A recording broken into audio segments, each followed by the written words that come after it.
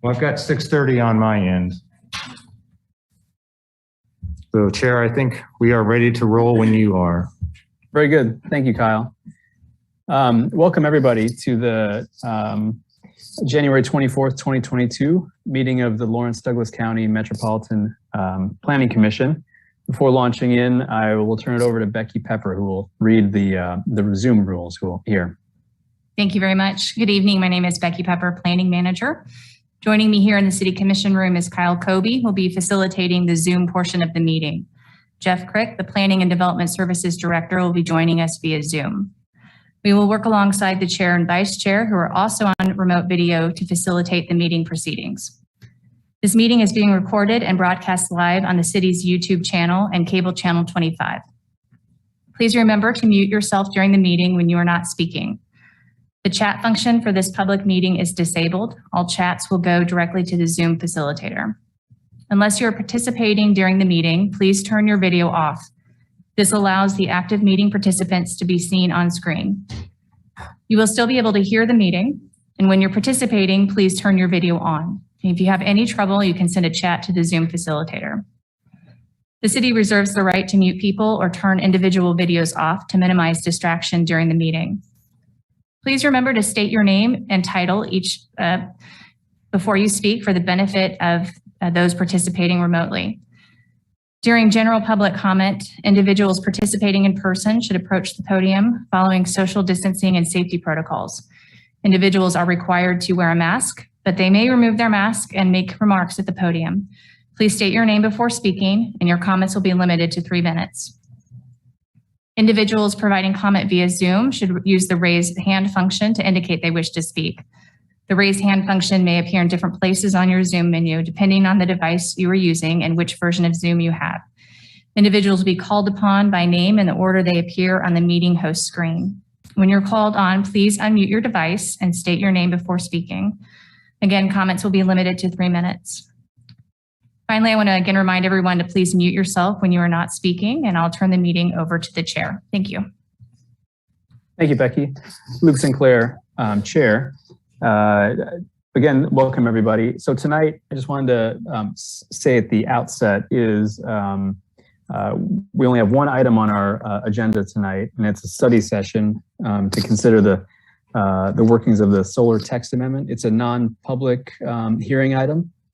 And so when we're considering that, when we move to the study session, we won't have any time for public comment, but whoever is on the call or in person, we certainly welcome you and are glad that you're here watching and participating. That said, though, before we get to that point in the meeting, we have to run through some housekeeping items. And the last of those things is a time for general public comment. And that's typically reserved for people that want to offer comments about items that aren't on the agenda. You have latitude to talk about what you like to bring to our attention. And so I will point that out when we get there, and you'll have 3 minutes if anyone is in person or on the Zoom call that wants to touch base on any items they wish to bring to our attention. So with that, first I'd like to go to committee reports. Are there any reports from any committees aside from the Solar Text Amendment Ad Hoc Committee that would like to provide an update?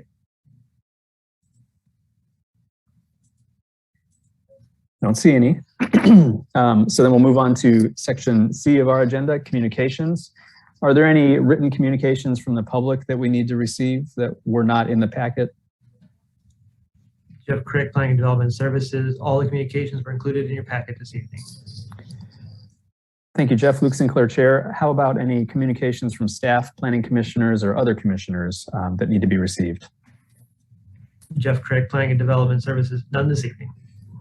Okay, and then what about, are there any written actions of any waiver requests or determinations made by the city engineer that we need to receive? Jeff Crick, Planning and Development Services. Also none this evening. Okay. Are there any commissioners that wish to declare an abstention from the one thing we want to have our study session about tonight? I hope not. Thank you. Okay. All right, then as I gave a hint about earlier, now is the time that we like to entertain general public comment. If there's anybody here tonight on the call or in person that wants to offer public comment, now's your time to do so. The limit is 3 minutes, and we'll if you exceed that, I'll probably just jump on and gently remind you of that time limit.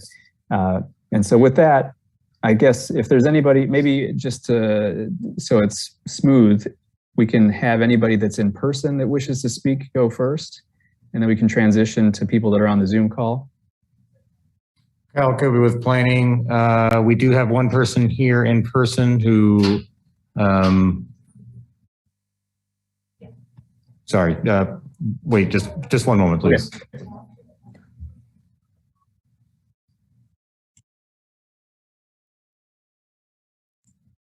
Kyle Kobe with planning. Yes, we do have one person who's going to be speaking in person. After that, we can transition over to Zoom public comment. So if you want to go ahead and raise your hand via Zoom,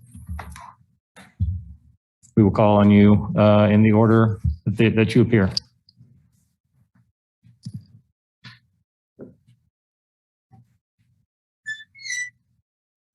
And this is Luke Sinclair, Chair. Just before public comment starts, if you wouldn't mind stating your name and giving your address, just so we have that record, that'd be great. Thank you. No problem.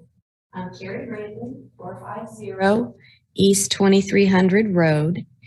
And I know that we're not supposed to make public comment about the agenda per se, right, tonight. So Karen had, Willey had let us know that we could make some comments about other general topics. So the one thing I wanted to just let you know tonight is I came and dropped off for all of the planning commission board members and also the commissioners. I don't know, you can see each one of you has a printed version of what we emailed in digitally for the registered voter citizen petitions, online comments, and then also the curated citizen content that we put together with the QR codes and the links to the information on the website, rather than print out a, foot thick document. The only thing that's printed in this are the petitions, and then the facing pages have the QR codes and the URLs to get to the web content. So each of you has that, and Becky, I think you and it's Avery are going to be kind enough to take those back. And I know you're all not in the office per se every day, but they are here for you and ready for you to pick up if you would like printed versions. So just wanted to announce that.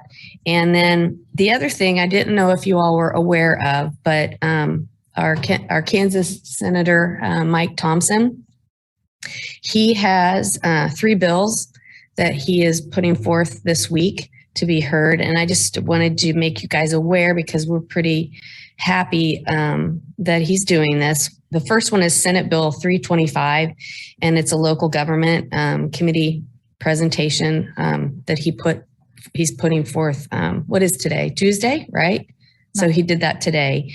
He drafted, it's to push back against corrupt practices. And I'm just reading from his Facebook post. You can go see it yourself out on Mike Thompson, Senator's Facebook page. But push back against corrupt practices in counties where industrial wind and solar companies use sneaky tactics to threaten and intimidate non-leaseholders and county officials. This bill forces public disclosure of leases within a certain time frame so as to create transparency in the process, which we all know that's been an issue. It also gives those directly impacted by these intrusive facilities a voice in the matter by being able to put zoning for these facilities to a vote. It's all providing transparency and ethical behavior. And then the other 2 Senate bills, 323 and 324, will be heard in the Utilities Committee. That didn't happen today, but it will soon. Senate Bill 323 simply gives anyone who is thinking about signing a lease the time and the suggestion that they seek legal counsel before doing so. Many landowners are put under extreme pressure And this bill is a protective measure for them. And then the last one, Senate Bill 324, gives landowners a way out of a lease if the industrial wind or solar companies do not perform certain tasks within a reasonable time frame. Many of the leases for these facilities tie up a leaseholder's land for decades. In situations where there is not progress towards building the facility after 5 years, this bill would allow landowners the option to get out of the lease so they can use their land as they see fit. Again, it's about transparency and protection for Kansas landowners out in our rural areas. So I just wanted to make you aware of those 3 Senate bills because I think that's pretty awesome. He's a very good voice for the citizens of Kansas. That's really all I had to say tonight. So thank you very much. And I'll let you guys continue on with your work session stuff. I don't know if there's other online public comments, but there was some confusion on tonight's meeting, public, in person, virtual only. So, but I think some other people may be online. Not sure. I can't connect and I don't have audio out there. So is there any way to get audio out there so I can hear? If not, I can try and log in to the Zoom meeting from here. Thank you all. Thank you, Ms. Brandon. Appreciated. Luke Sinclair, Chair. Kyle, I think I see one hand raised. I don't know if you see any others. Kyle, okay with planning. I'm just seeing the one as well. Okay. I see Stephen Clark. If you want to go ahead and unmute yourself and feel free to offer comment for 3 minutes. Yes, thank you. Can you hear me all right? Yes. Thank you for taking my comment. My name is Steve Clark. I'm a professional engineer in the area of power generation. My address is 3422 Kensington Court in El Dorado Hills, California. I was born and raised in Johnson County and lived there and raised my family for over 40 years. I have relatives that live in Southwest Johnson County that are interested in leasing their land. Tonight, I'd like to speak to you about the reality of climate change and about the damage that climate change deniers like Senator Mike Thompson would do to Johnson County, Douglas County, the entire state of Kansas if they get their way. Senator Thompson is on record for wanting to oppose any further wind power farms within the entire state. His goal that he announced in person and in writing is that he would like to prevent any solar farms from being built in either Johnson or Douglas County. Part of his premise is that there is no man-made climate change, that it's all a charade. As you know, Mike Thompson is a longtime TV meteorologist. Well, over 97% of actual climate scientists believe the data and the science that we are in a period of unprecedented climate change and that it's driven primarily by human burning of fossil fuels. In Northeast Kansas and across Kansas, we are extremely dependent on coal-fired power plants, such as the one just outside of Lawrence and the even larger project at Lacine, Kansas, which is over 1,000 megawatts. These projects, these power plants, when operating, pump out literally millions of tons of CO2 each year. I'd like to point out to you that independent scientists have been taking measurements of carbon dioxide measurements at Mauna Loa Observatory on the Big Island in Hawaii since 1960.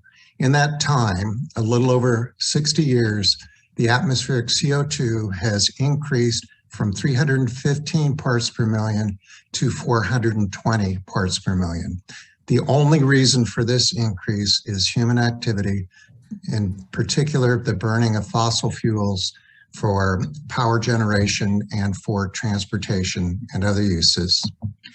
I'd like to state a quote from climaterealityproject.org.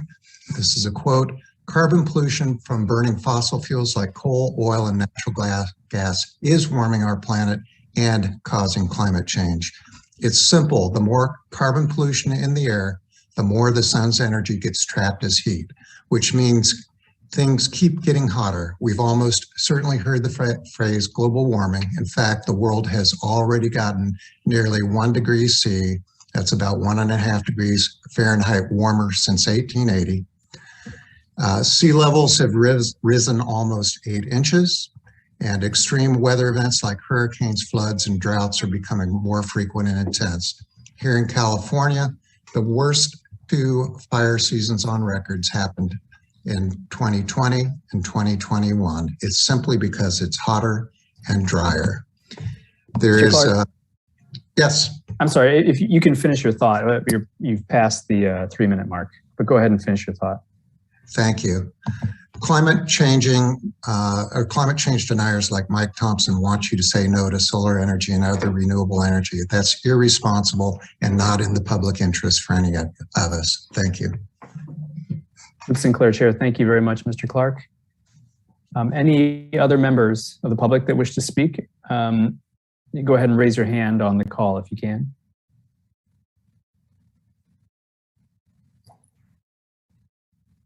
Kyle Kobe with planning. I'm not seeing any hands going up at this time. And we don't have any other in-person public participation. Okay. Luke Sinclair, Chair. If anybody is on the Zoom call or by video or on the phone, press the raise hand button. I think if you're on the phone, it's *9 perhaps. I'll just give maybe a couple more seconds here if you're a little ambivalent about talking and there's a chance you might still.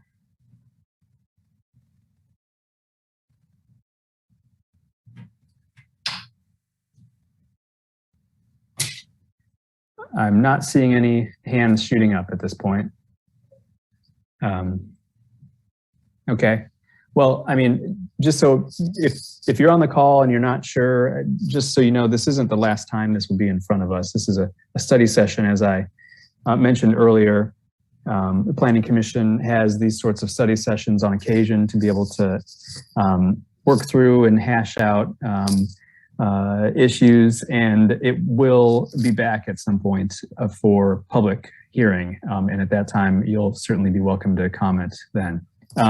So with that, I will go ahead and we'll close the general public comment and move into the next part of our agenda, section D, which is our study session. And since it's a study session, a meeting of the whole, I think, that's actually Vice Chair Ashford's purview. So I'm going to turn it over to her and let her run the show here. Thank you, Chair Sinclair. Am I coming through? This is Commissioner Ashford. Okay. Well, let's get this started this evening. The purpose of this study session is to give the entire Planning Commission an opportunity to discuss the work done by planning staff and the Planning Commission Ad Hoc Committee on standards for commercial utility scale solar energy conversion systems. Oral public comment on previous drafts of these standards has been received at past commission meetings, and the accumulation of written comments is included in tonight's packet. The public will have further opportunities to comment on the issue of utility scale solar. Public comment will be welcome when the standards are next before the Planning Commission and again when the standards come before the Douglas County Board of Commissioners. Between now and those opportunities, we invite the public to review the current draft of the standards and submit any comments and questions to planning staff. Please be aware that what we are considering are standards that will apply to applications for utility scale solar projects. We are not at this time reviewing any applications for any particular project. The outline for tonight's discussion is as follows. Mary Miller, planning staff, will give an overview of the standards and a summary of some of the changes made since the last draft appeared before the Planning Commission. Commissioner Carpenter, chair of the Ad Hoc Committee, will give a brief overview of the Ad Hoc Committee's work. He will be followed by 4 members of the Ad Hoc Committee that will summarize the discussions of the Ad Hoc Committee with regard to particular elements of the standards. We'll discuss 4 general categories from our multiple meetings. We will discuss siting issues, neighborhood issues, environmental issues, and larger regulatory issues. Following those summaries, the Ad Hoc the ad hoc committee's work, we're going to open the discussion up to the whole planning commission. That is something the whole planning commission has not had an opportunity to discuss with the ad hoc committee its work. So this evening is an opportunity for the planning commission, the whole planning commission, to finally delve into these and see what we've come up with. So we're going to wrap up this discussion by noting any outstanding questions to staff, providing a summary of any suggested modifications to the standards made by the Planning Commission and staff, and outlining the next steps we will take in this process. So I'm going to turn the meeting over to Mary Miller now, planning staff, to present a summary of the standards for reviewing utility scale solar facilities.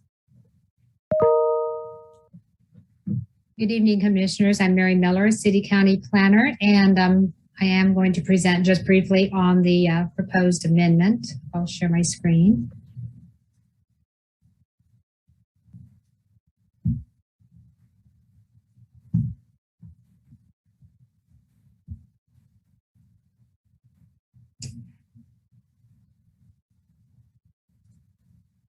And I'll just basically start out with a timeline to kind of show the history of this amendment. It was initiated by the County Commission in May of 2021. And in June, staff brought draft language to the Planning Commission. The Planning Commission considered it and returned it to staff with direction for changes. It was brought back in August, and the Planning Commission considered it and appointed an ad hoc committee to help with certain items that just were undecided, and returned that again with direction for action. Direction for revisions. They deferred action at the time. And so the ad hoc committee held several meetings with experts and in the field, and it was brought back in November, and the Planning Commission was brought back only for discussion. Public comments were received, but we did not ask for any action. We just wanted input on some of the items that we hadn't resolved yet. And at that time, the Planning Commission suggested that it come back in a mid-month meeting, January mid-month. And the mid-month meetings are held, as you know, Mondays at 7:30 a.m. to 9. And as this meeting was available, it was decided it'd be better to hold a study session at this time because we have a longer time frame and it's just more available to more people. So we are here before you with our study session. And I'm just going to go through the major changes. You'll see in your agenda packet, there are two versions of the draft language. One is just the draft language with all the changes incorporated, and the other one shows the changes that have been made since the November draft. So deleted text is struck through and new text is shown in bold. One section we did make quite a few changes to were the definitions. And a lot of our changes we made were based on public comments provided at earlier meetings. So the small scale facilities were changed to limited scale. And the size was increased from 5 acres to 20 acres. So this would include more than just those very small facilities. The energy limit of 1 mg, whatever that is, was removed. So 20 acres is the governing size for that. And it was named limited just to show that we were no longer looking at it as being small. We added terms to describe components of the solar facility. And the reason this is very important is there's a cap of 1,000 acres per site area. And so site area is defined as being the accumulation of all the module areas. And then we define module areas. So in the definitions, each one of these terms is defined, and we're going to add a graphic so it's very clear what we're measuring. So there's no confusion when we look at 1,000 acres. It's clear in everyone's mind what is being measured with that figure. We added the term concentrating solar thermal devices. These are the types of solar facilities you usually see in the desert that have the big mirrors, and they're very impactful. And the definition was added primarily at a standard prohibiting them in Douglas County. This was based on a lot of concerns received from the public with this type of facility. So these would not be possible in Douglas County. We've made some changes to the standards. There's a lot of discussion in the previous drafts. So we had various options. How should it be? Should we allow them to be on prime or statewide importance farmland? Should they be on class 1 or 2 soils? This is coming before you today with one option, and that is that it would be allowed on prime and statewide important farmlands with limits on grading. No more than 5% of the total project could be graded. and there'd be no grading on class 1 and 2 soils. And you'll see the little numbers here. These relate to, if you're looking in the marked up version, where the changes are, they've all been identified with numbers. It's just easier to find them than looking by sections. Another change was to revise the protection standards for environmentally sensitive lands. In the zoning regulations, there is a provision that limits the amount of environmentally sensitive lands that could be protected per parcel to 40% of that parcel. However, with a conditional use permit, many times the entire parcel is not used for the conditional use permit. You may have an 80-acre parcel and 30 acres are used. So having that maximum protection limit per parcel just really isn't fitting. So that standard was removed, and the amount of environmentally sensitive lands that would be protected would be determined with each conditional use permit. The previous versions did have 2 setbacks from residences. There was a lot of vacillation between 100 feet and 500 feet. This draft recommends 500 feet with a waiver provision. This is a waiver that the property owner could sign with the operator. They could agree to a waiver and to have a reduced setback. And one of the requirements is this waiver would be provided to the planning office, a written evidence of the waiver. And when the CUP, if it is approved, these waivers would be recorded with the Register of Deeds. So it'd stay with the land and the information for future owners. Fencing was another item you might recall there were a lot of discussions on. And in this draft, well, basically after we met with a lot of the experts, the solar operators and some of the agrivoltaic users of these facilities, wildlife fencing is being required for the perimeter. That could be barbed wire, it could be woven wire, but the chain link security fencing, that would only be needed where you have maybe battery storage or the higher degree of electrical facilities. But as far as the facility, the perimeter would be wildlife friendly fencing. And then, as I mentioned, we did add wherever there was a waiver possible, that those would be recorded with the Register of Deeds.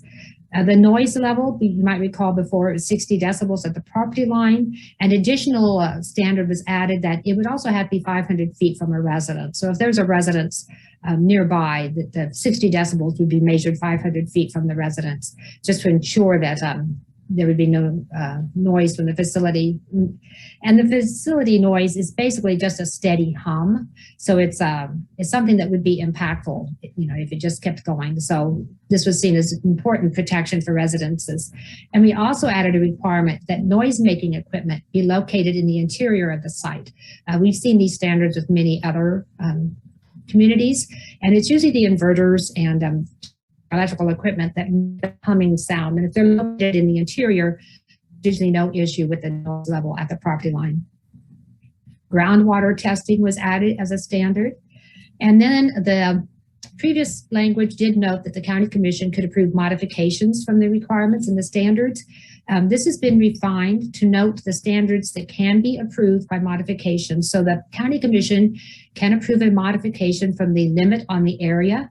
1,000 acres is being recommended as that area limit. The county commission could approve a modification from that, or from the 15-foot height limit on the solar panels themselves, from that 5% maximum total grading per project area, and also from the underground lines or above ground lines. They're required to be underground except in certain cases, and it's the county commission that could approve a modification from that.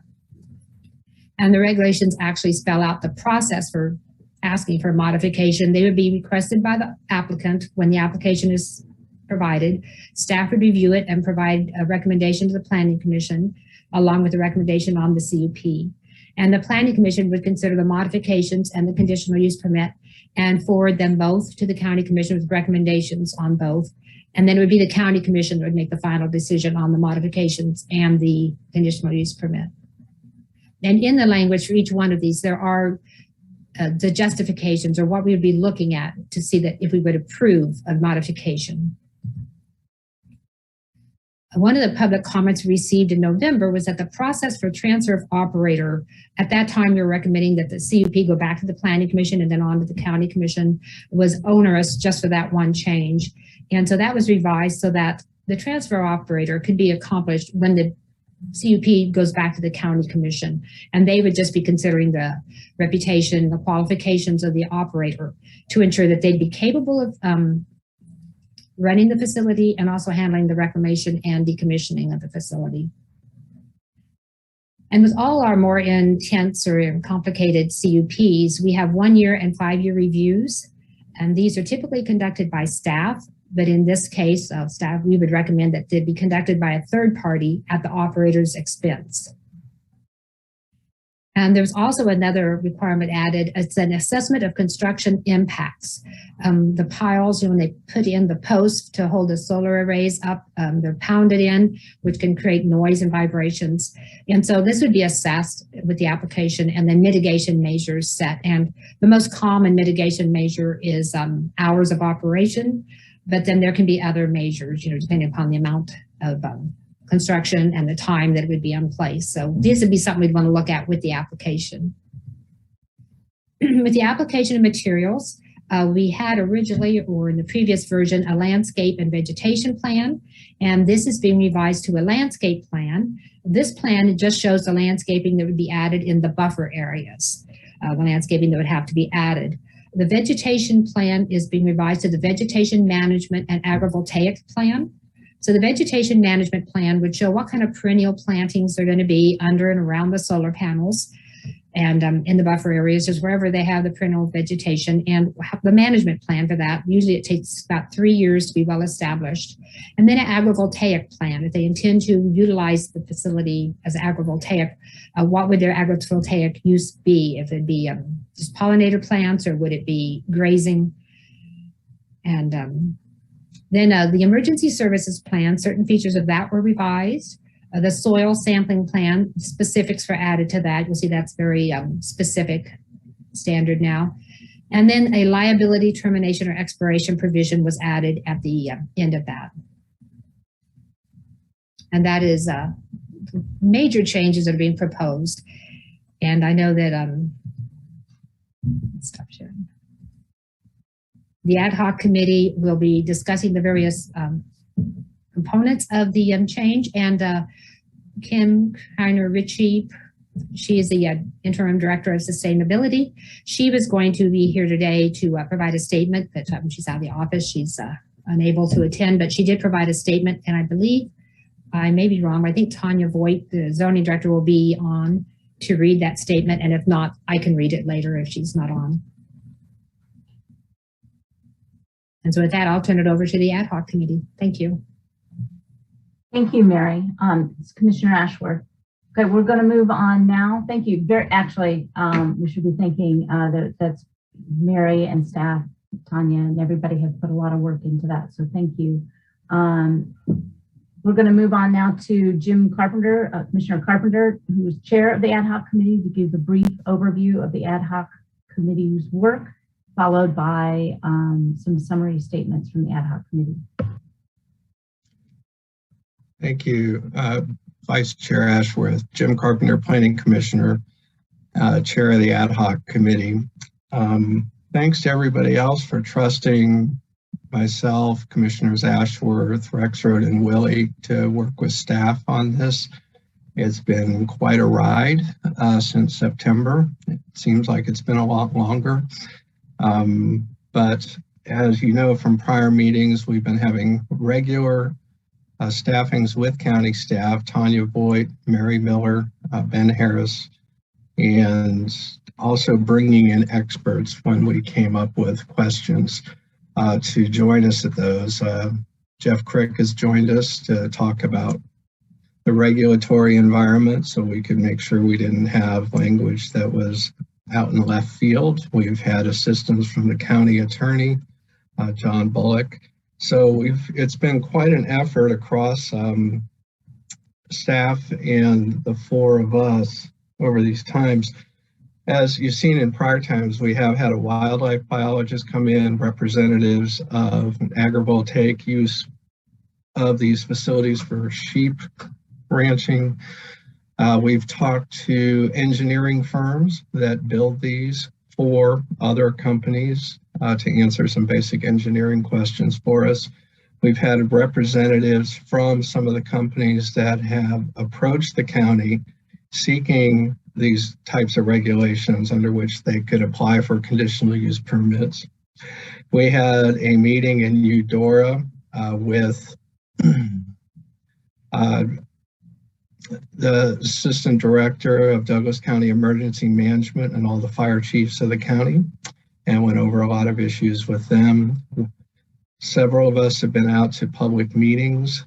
Several of us have accepted invitations to walk properties with residents that are living out in the area.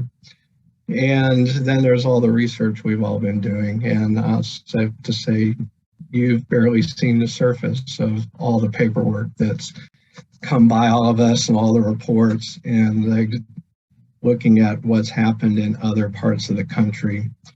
We've also had valuable input from other organizations such as Climate Energy has sent letters, Sierra Club, Nature Conservancy, Sustainability Action Network, and so on and so forth. And plus the information that's come in from the general public and the residents, primarily from Southeast Douglas County right now. But all of that's been very helpful.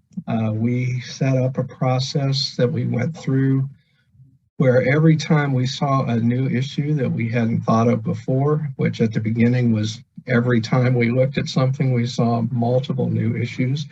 We examined every one of those and kind of followed those up with our individual expertise with the help of staff, and brought in information on that to determine how the regulations should reflect what we found from that. And this has been everything from do these things kill birds, which is why we're not permitting concentrated solar facilities in the county, to the noise issues, the noise of construction. We've tried to go through all that. Some of what happens throughout the process is covered by other county regulations, but that's all referenced in there. And as you look at this, you're going to see a long list of maps that have to be provided for every conditional use permit, and also studies and reports.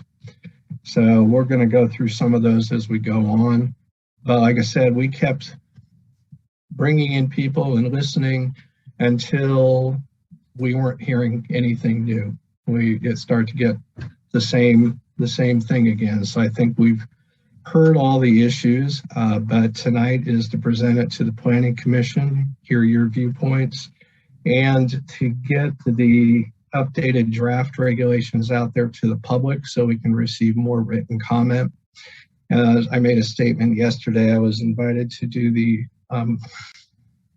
Earth Care Forum, I forget the exact name, with the First Presbyterian Church. I did a short presentation yesterday on where we were with this, and saw that we're going to have to really explain this 1,000-acre one, and Commissioner Rexer is going to cover some of that.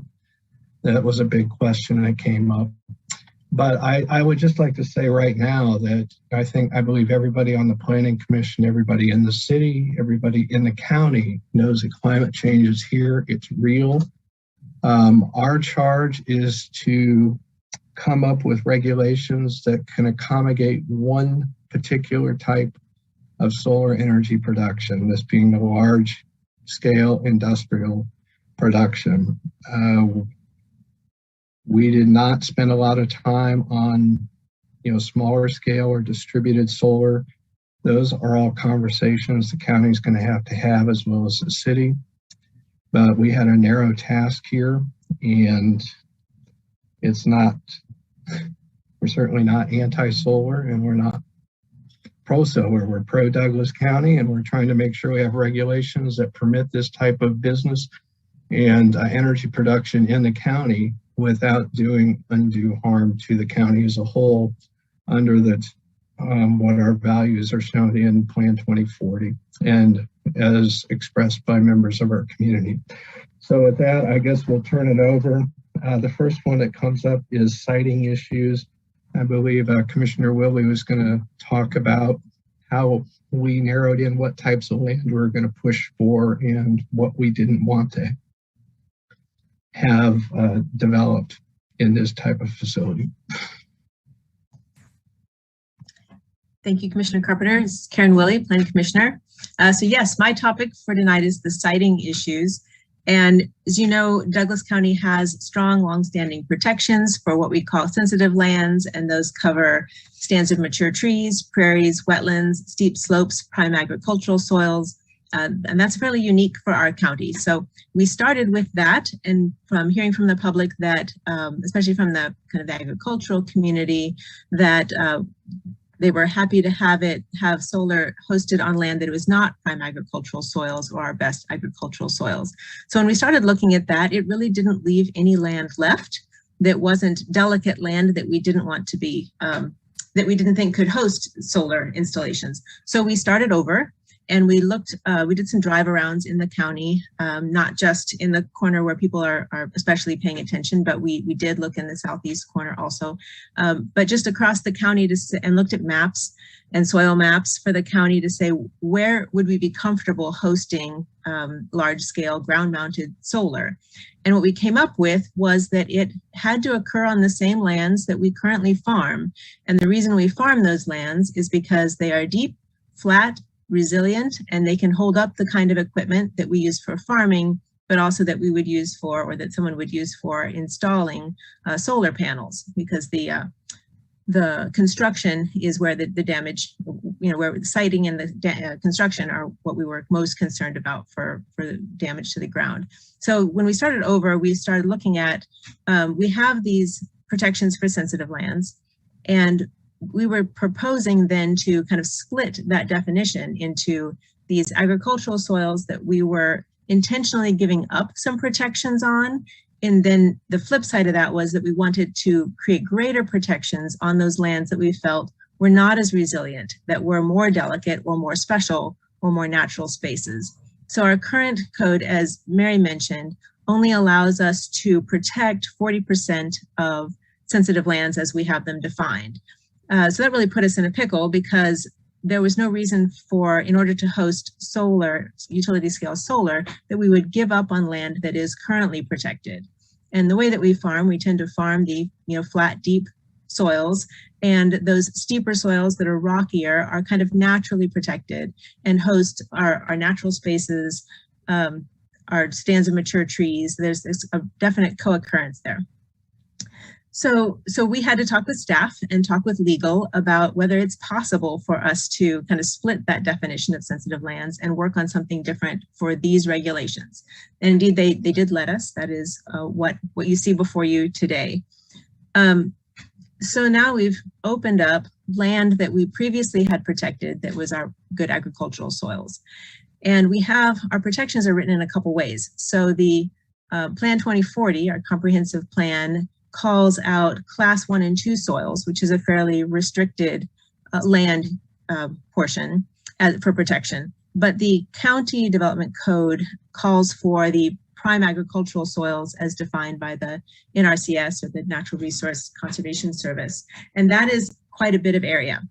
And so we were opening up that land for potential solar development, but we still had to protect it. So we started looking at what kind of land use does solar expect to have. And we did get some good answers out of some of the engineers from companies that are looking at Douglas County, that their standard protocol is to do a fair amount of grading of land to create a flat surface. It can handle slopes, but it has to be uniform slopes. Is their preference.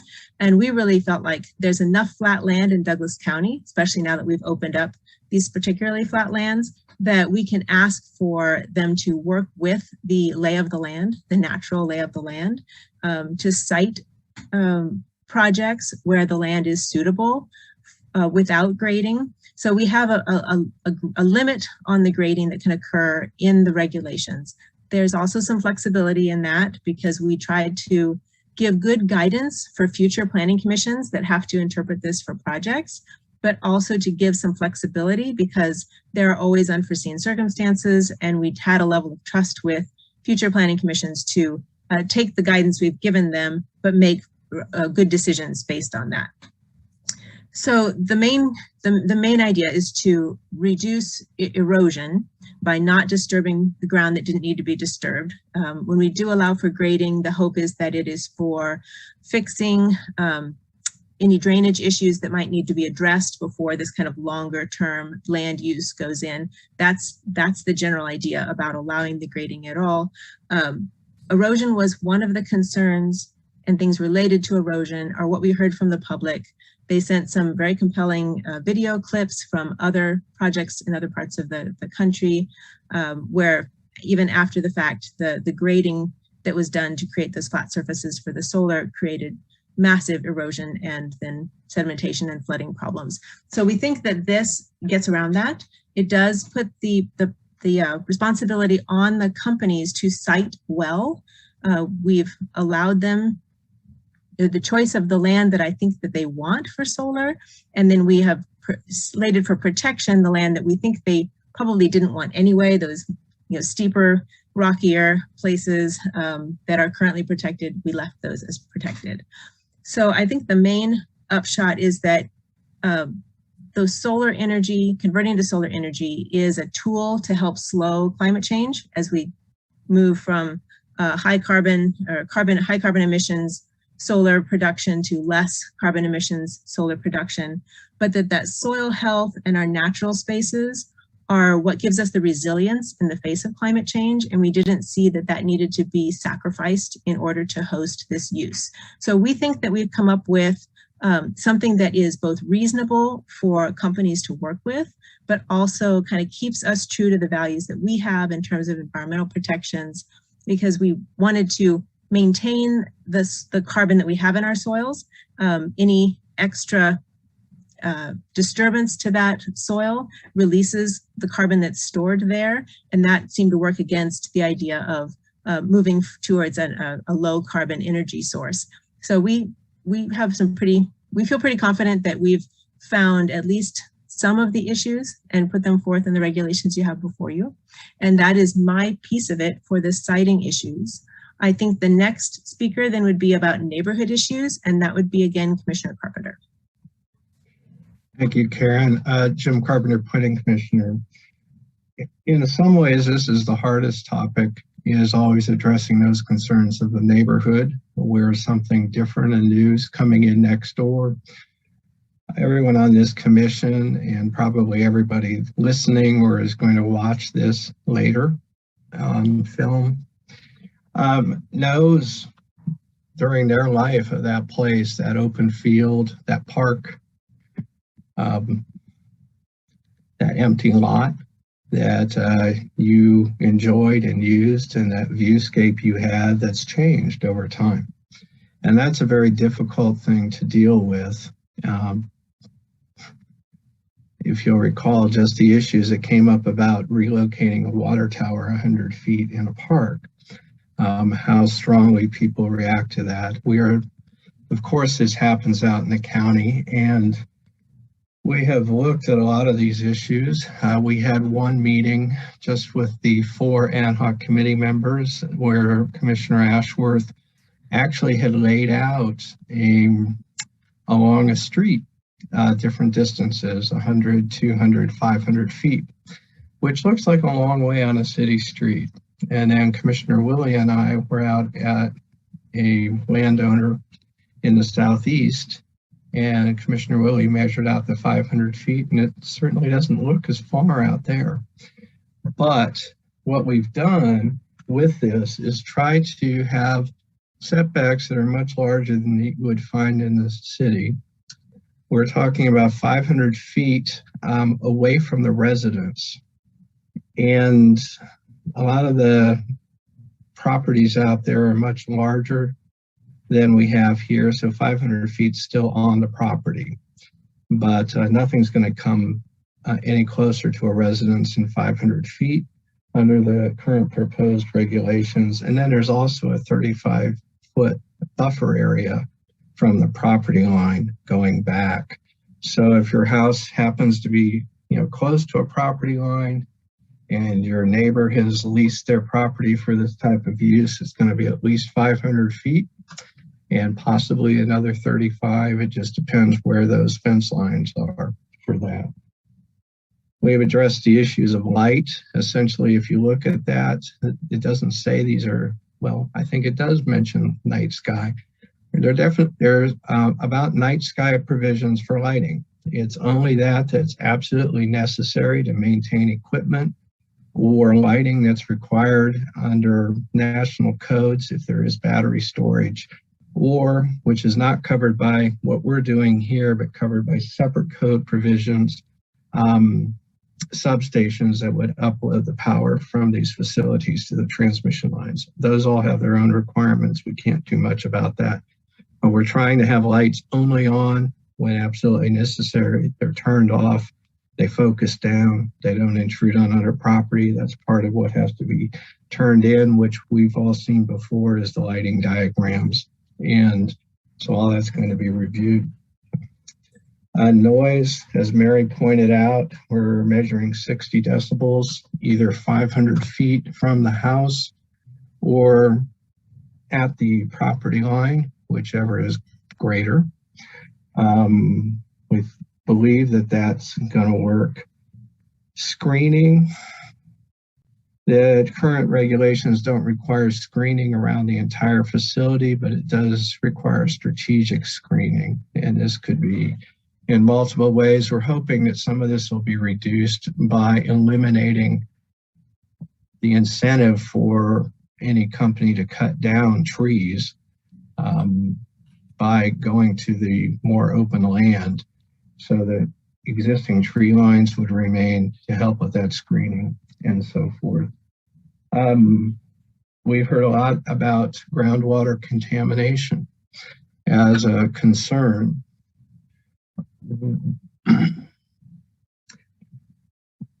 From our research, we know that the EPA does extensive testing on every type of solar panel through our emergency management portion of this. And just for the county, the company is required to provide spec sheets on everything that lists what's included in them, what happens when they're crushed, what happens when they melt. Because the greatest likelihood that we're going to have damage to these is from hail, tornadoes, and grass fires. Batteries are another issue. Those have their own kind of requirements, which include fire suppression units and so forth. But we'll go over some of that later too. But as far as the groundwater and soils, we're requiring some basic soil testing for what's there. We're coming up with what panels should be tested for. I think we have outlawed or just said banned specifically any solar panels that contain cadmium, which we believe the industry's moved away from for the most part. The panels right now look to be pretty safe, and except if they melt or burn, we don't know what'll happen then. I don't think anybody really knows what's going to happen then, but that'll be in the spec sheet too. So our emergency management people can all plan for this to help protect the neighbors out there. The companies are required to provide any specialty equipment to the fire departments that might be needed to address emergency situations at these facilities, and also offer yearly trainings on how to approach emergencies that may arise at these facilities, all at the company's expense. Groundwater testing letters will go out to all adjacent property owners, and at the company expense, there will be water testing done. This will establish a baseline of the water quality and any chemicals in the water. So if something does come up in the future, as the lawyers on here know, these types of things work both ways. They can either protect the company by saying it didn't come from us because we didn't do it. And it can also, if it did come from them, it gives the landowner a baseline that says, well, this is what it was before you came. But those would all have to be resolved, through private legal actions. But we're going to make sure that baseline information is there. And I'm sure I've missed something that we talked about, but I hope we'll pick it up. And if any other commissioners have questions about this or any of the other topic areas, one of us will jump in, because we're all pretty well versed in all of this now, as you might imagine. So with that, we'll go on to the environmental issues that we've tried to address, and Vice Chair Ashworth was going to cover those issues. Hello, this is Commissioner Ashford, and I'll go through some of these environmental topics that came to us as we did our research through public comment, written and oral public comment. So I'll go through by topic. Key issues in that general area of environmental topics are going to be considered with the review of an application, any application that comes in. So that includes impact on wildlife habitat, native flora and fauna, impact on crucial wildlife habitats, including threatened and endangered species, impact on environmentally sensitive lands, and impact on water quality and soil. Specifically speaking to vegetation, the goal here is to minimize disturbance and improve soil health by essentially resting land planted with diverse native vegetation or perennial vegetation for grazing. I'm going to quote here from the regulations just to put this all in one sentence here. The system shall be designed to accommodate concurrent use of the land for livestock grazing, row crops, other agrivoltaic issues, or contain a diverse array of native grasses and forbs for native habitat under and between the rows of solar panels. So that the emphasis here is on keeping that land vegetated. That will address soil erosion issues and will address soil health.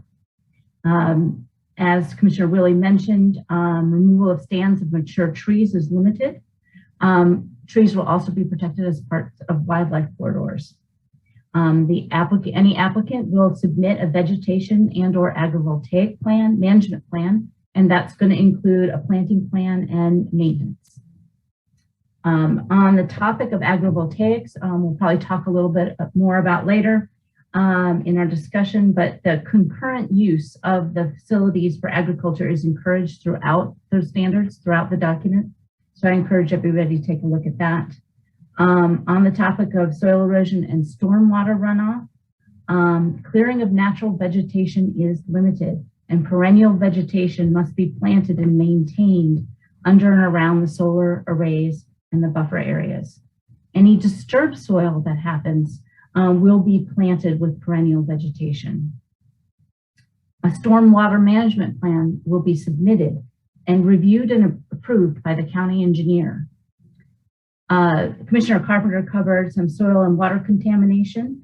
A little bit, there was a great deal of concern about pesticides on these sites. Now by law, we cannot regulate which herbicides are used, but application of herbicides must be done by a certified applicator, and the vegetation or agrivoltaic management plan must show how herbicides may be minimized on the project.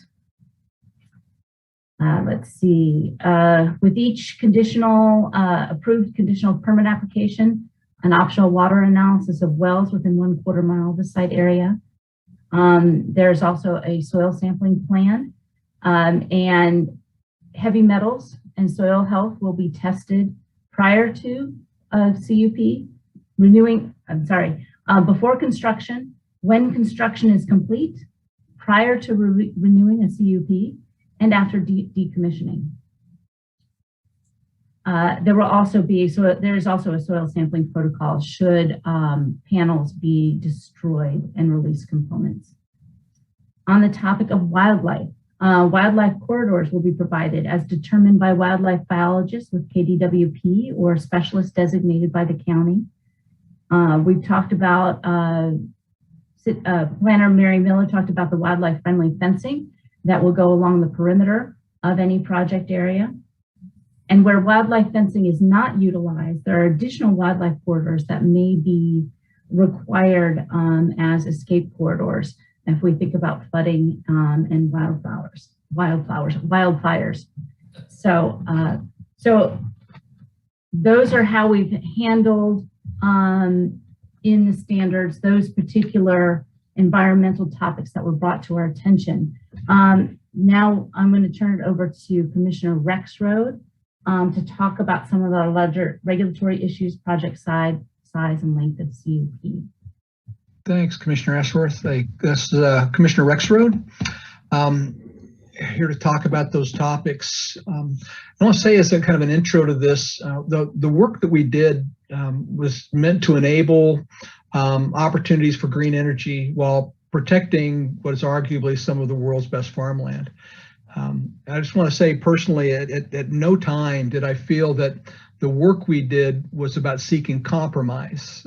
Quite the opposite, rather. We worked closely with staff. We gathered feedback and information from industry experts, naturalists, neighbors. We sought anyone with informed opinions and worked to reach a good decision that was right for Douglas County. And the recommendations that I'll go through here, the small set, out of this 20-some pages we've got, I think illustrate that. One key to understanding this a little bit better was it was found on page 7 of the staff report. If you'll take a quick look at that, right in the center of that, we talk about area definitions. As we were doing our work together, we found it necessary to have a common language when we were breaking down different areas of what a solar project might look like. And there's 4 different categories here. The first piece is called a solar array. It's the smallest unit, describes collections of the panels themselves. Up from that, the solar module is an aggregation of arrays within a site. Up from that, then, the site area, a footprint of modules that might span property lines, other boundaries, and excludes other structures such as substations, battery storage, other pertinent structures, buildings that might be out there for maintenance as an example. And then last is the project area itself, the full project area itself with all structures, all infrastructure, all voids, everything included. And if you'll jump down to page 11, you'll see a graphic that gives you some illustration of what that might look like. Also on page 11, we talk about the size of these projects. There's quite a bit of debate about how large a project size should be. We worked to find the right recommendation that both listened to what industry said they required to make commercial scale viable, but also really started to think about how we married what industry wanted along with the values that we hold in Douglas County, and think about how we want to encourage, enable developers, operators to use land in ways that are consistent with our values, such as what Karen and Sharon had talked about. Right now, the recommendation we have is 1,000 acres limit on the site. The project area itself, by the way, that is the site area. If you go back to that definition, that was the 3rd level of that. 1,000 acres inside the site area. The project area might actually be larger than that when you consider accessory, appurtenant structures, wildlife corridors, and other components that are required for the solar energy conversion systems. If you look at that graphic, you can see inside the dashed line what the modules might look like. You can see inside that yellow line what the sites might look like. And then you can see inside that larger greater area what the entire project might look like. Another topic that has been one of quite a bit of discussion is that of the length, the duration of the CUP. We're making a recommendation that be set at the default 25 years. There's a lot of arguments to be made in both directions. And as we sorted through this, listening to both staff, listening to those in the area and in the industry, and also what developers tell us that they need in order to do viable projects, we landed on that. And we recognize that a more important thing to focus on than the length of the CUP was really what kind of structure did we have in place inside of the regulations to provide a good partnership with operators and a good partnership that recognized our values over the long term, while still providing industry what they need for a viable project. Which is a segue into this last part and to talk about requirements for the CUP application itself. You'll find that going from page 18 through page 27 on the staff report. Sharon, Karen, and Jim have already clicked into a number of those items as they read through their various areas of focus. But just at a high level, what we recognize is that a commercial scale solar project, they are so large and they run for such a long time that we felt that we needed to put the appropriate amount of rigor around the partnership between operators and the county to make sure that our county received what they needed. That rigor is reflected in the analysis, the planning work that's required in any CUP application. I've singled out 6 different categories here. You can dive in for quite a little bit more detail, of course, but understanding the land, the neighbors, and other features that might be impacted by the installation, environmental considerations, including impacts to wildlife, flora and fauna, water and soil over time, vegetation, landscaping, and the encouragement of agrivoltaics. A substantial amount of work in what's required in emergency services to make sure that our county is able to service a new installation of this magnitude. The infrastructure needed for both construction and for operation. And then bonding. How do we protect ourselves? How do we make sure that we have the right financial means in place, provided by the operator, so that our county is protected, and that when that day of decommissioning comes, that we can assure that proper reclamation is done. Now, the last point, point you to page 41. If you scroll down, there's a section on modifications to regulations, and things like size and even though it's not specifically called out, duration are likely to come from applicants. As we've thought this through, we've kind of leaned towards this idea that modifications should be favorably considered when they are consistent with the applicant's demonstrated investment in our efforts to protect farmland and to coexist through agrivoltaics. That's all I have for my part. I think we're going to be standing open for any questions that you might have. I'll turn this back over to Vice Chair Ashworth. Thank you. Thank you all for the ad hoc committee. That summary. This is Commissioner Ashworth. What we're going to do now is open up for questions from the Planning Commission as a whole, for staff and the ad hoc committee.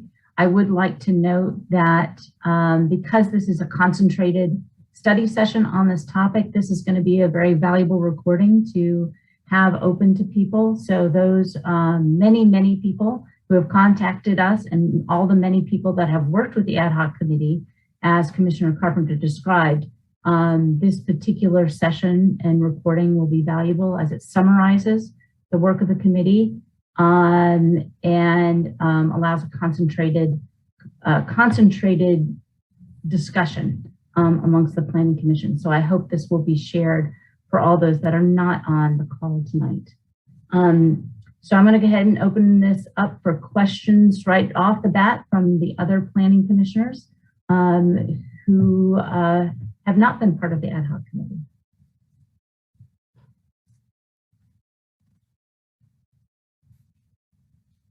Luke Sinclair, Chair. I have a question just to get us started. And maybe, I don't know, I guess it's posed for all of you, but maybe more specifically to Commissioner Willey, since you talked about it, Commissioner Willey. But could you, and I think you touched on this a little bit, but can you kind of give a little bit more explanation, I guess, of what it means for grading to be limited to maintaining natural topography? Because as someone who, I mean, essentially as I'm a county appointee, but I live in the city, and I'm not all that familiar with, with agricultural use of land and with grading farmland and what you do to maintain natural topography. But I'd be curious to know that, as there will probably be other people who are reading these that may, like me, be like, I wonder what that means. It might be helpful to know. Karen Willey, Planning Commissioner. Yes, I'll take a stab at that. So outside of floodplains, Douglas County does not have actually flat land. We have rolling topography that with our uplands are, they roll quite a bit in each direction, but they also that are cut up by creeks and streams and slopes and things after that. So the idea was that within the land that we have that is reasonably flat, that can be available for solar installations, but it will not be, as we say, like geometrically flat. It will not all be one uniform slope. It'll be what our natural land looks like. There are solar projects out there in the world that do both. Certainly the old school thinking was to grade everything exactly flat, and then those can either be stationary panels or tracking panels, but they have they can be more tightly spaced because they are not shading each other because they're all on the exact same slope.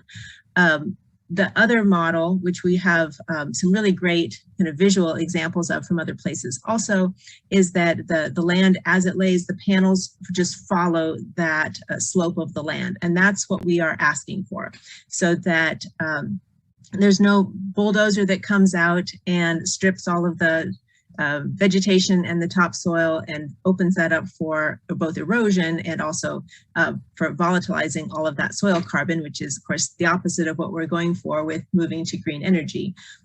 So that's what we want to avoid. We'd like to leave the natural vegetation in place as much as possible, and only do grading, which would be done with a bulldozer. This is very different from the disturbance that comes with agriculture. If there's tillage, that leaves the sediment and the soil in place, even though it does disturb it.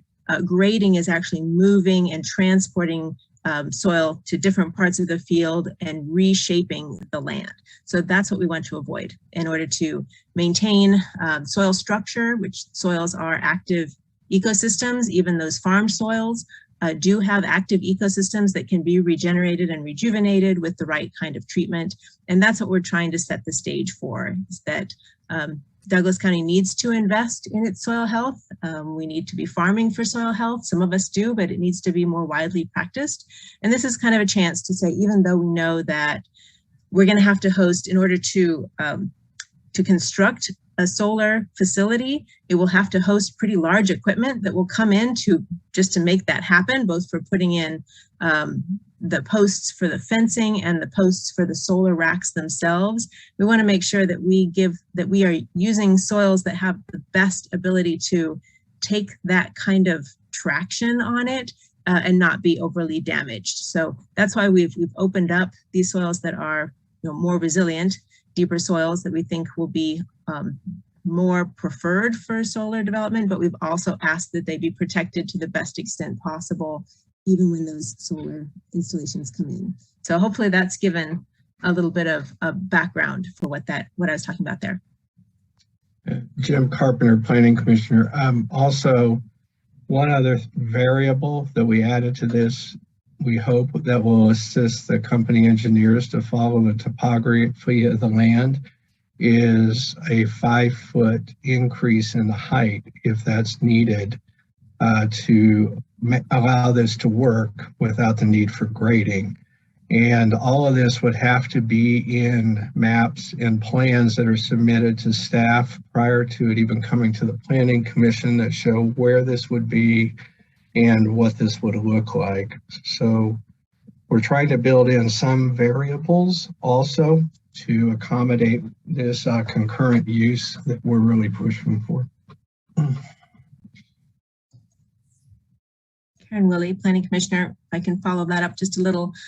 Some of our farm ground, even some of our pasture ground, which had previously been farm ground, have terraces that were, there was grading that went in to create those terraces in the first place, and quite a bit of destruction that goes with that, but they do it for farming purposes. And then after that land gets to settle and heal for a while, it does become productive again. But the idea was we could either allow the terraces to be torn out again, which the companies say, don't worry, we'll put them back, which is now yet 3 times of grading and destruction on those same soils. So that's what we wanted to avoid, that most terraces are less than 5 feet height difference anyway. So giving the ability to offer some variability on the maximum height, to say if you can vary the height of your panels within 5 feet, you can allow that ground to be different underneath the panels and just take up the difference in the height of the panels. Terraces that are greater than 5 feet by very much are probably too steep, and lands that are too delicate to be hosting solar installations very well anyway. So that was the thought that we had. Thank you both. Commissioner Thomas? I will say I appreciate that you four and the city staff, all the effort that you have put into this document. I am not a detailed person, and the detail that you have come up with is astounding. We have talked about the topography of an area, and I don't see where we have talked about the character of the area. Now, I live in the country, grew up in the country. There is more to the character of an area than just the land features. What have we done to address the character of the people, the character of that area, and how the people will be affected? We've talked about landscape and how it will be affected. We can measure erosion. We can measure what's going on in the soil. But where in this document do we talk about what happens to the people, the character of the people, on the suitability for great disruption, on having a solar, whatever we've decided to call it, of 1,000 acres, 1,500 acres, 1,700 acres, whatever it will turn out to be? Where have we addressed the character of the people in this document? And how are we going to address that to see whether a solar array is suitable for a particular area?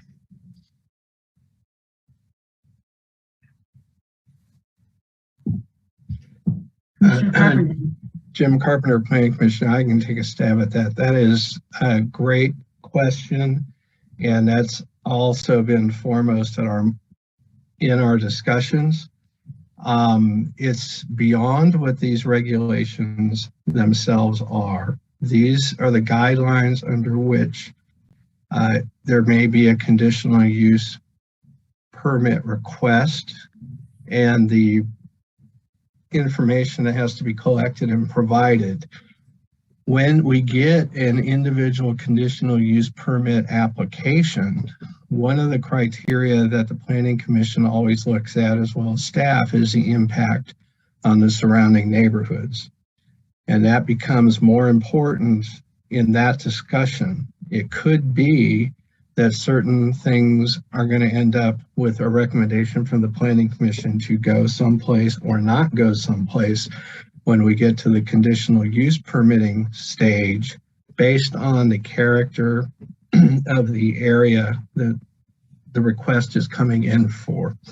So if it's, we have a lot of rural subdivisions that these might surround, that will be a factor for this commission to consider when making recommendations to the county commission for approval, denial, or modification. So even though we can't exactly address everything because these are regulations for the entire county and not one particular location, and I'll just take this opportunity now because we've had one company that's been very public about their plans in both Johnson and Douglas County. We have a benefit has come from that we've gotten so much input at an early stage in the process from rural residents about how this may have an impact on their particular area that they reside in. The other thing is it's been a complicating factor because it's been hard as we go out and talk to individuals or groups to explain the process that a lot of the concerns that are being raised are those that we discuss with an individual conditional use permit and not the regulations under which a permit can be submitted. So we've tried to address some of these by requiring these concurrent uses, the height limits, follow the contour of the land, make sure we have some environmental protections in, encouraging, an agricultural use or perennial grasses and wildflowers to try to lessen some of those impacts. But all of these things as a whole will have to be considered when we get that first permit application. And I don't know if Jeff would like to jump in or Mary would like to jump in just about the general process and where we are, but we've had some of those conversations as we've gone along.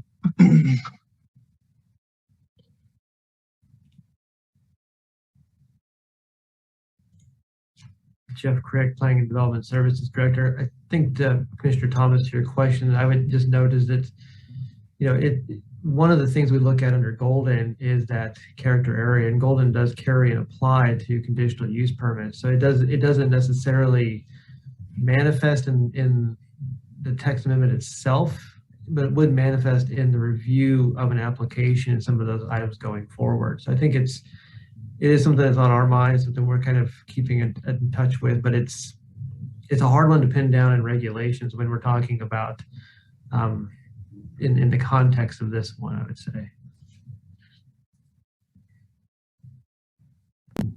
Commissioner Thomas?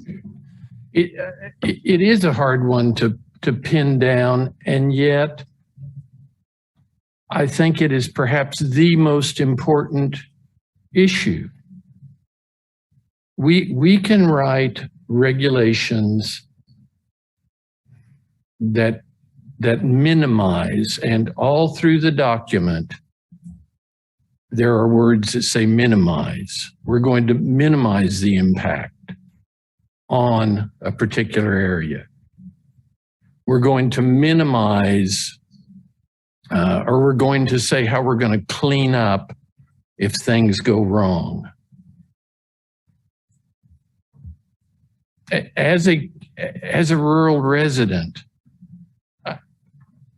I think a company can perhaps come in and meet all of the regulations that we have set out here and still destroy the character of an area. And somehow as difficult as it is, I would like to see that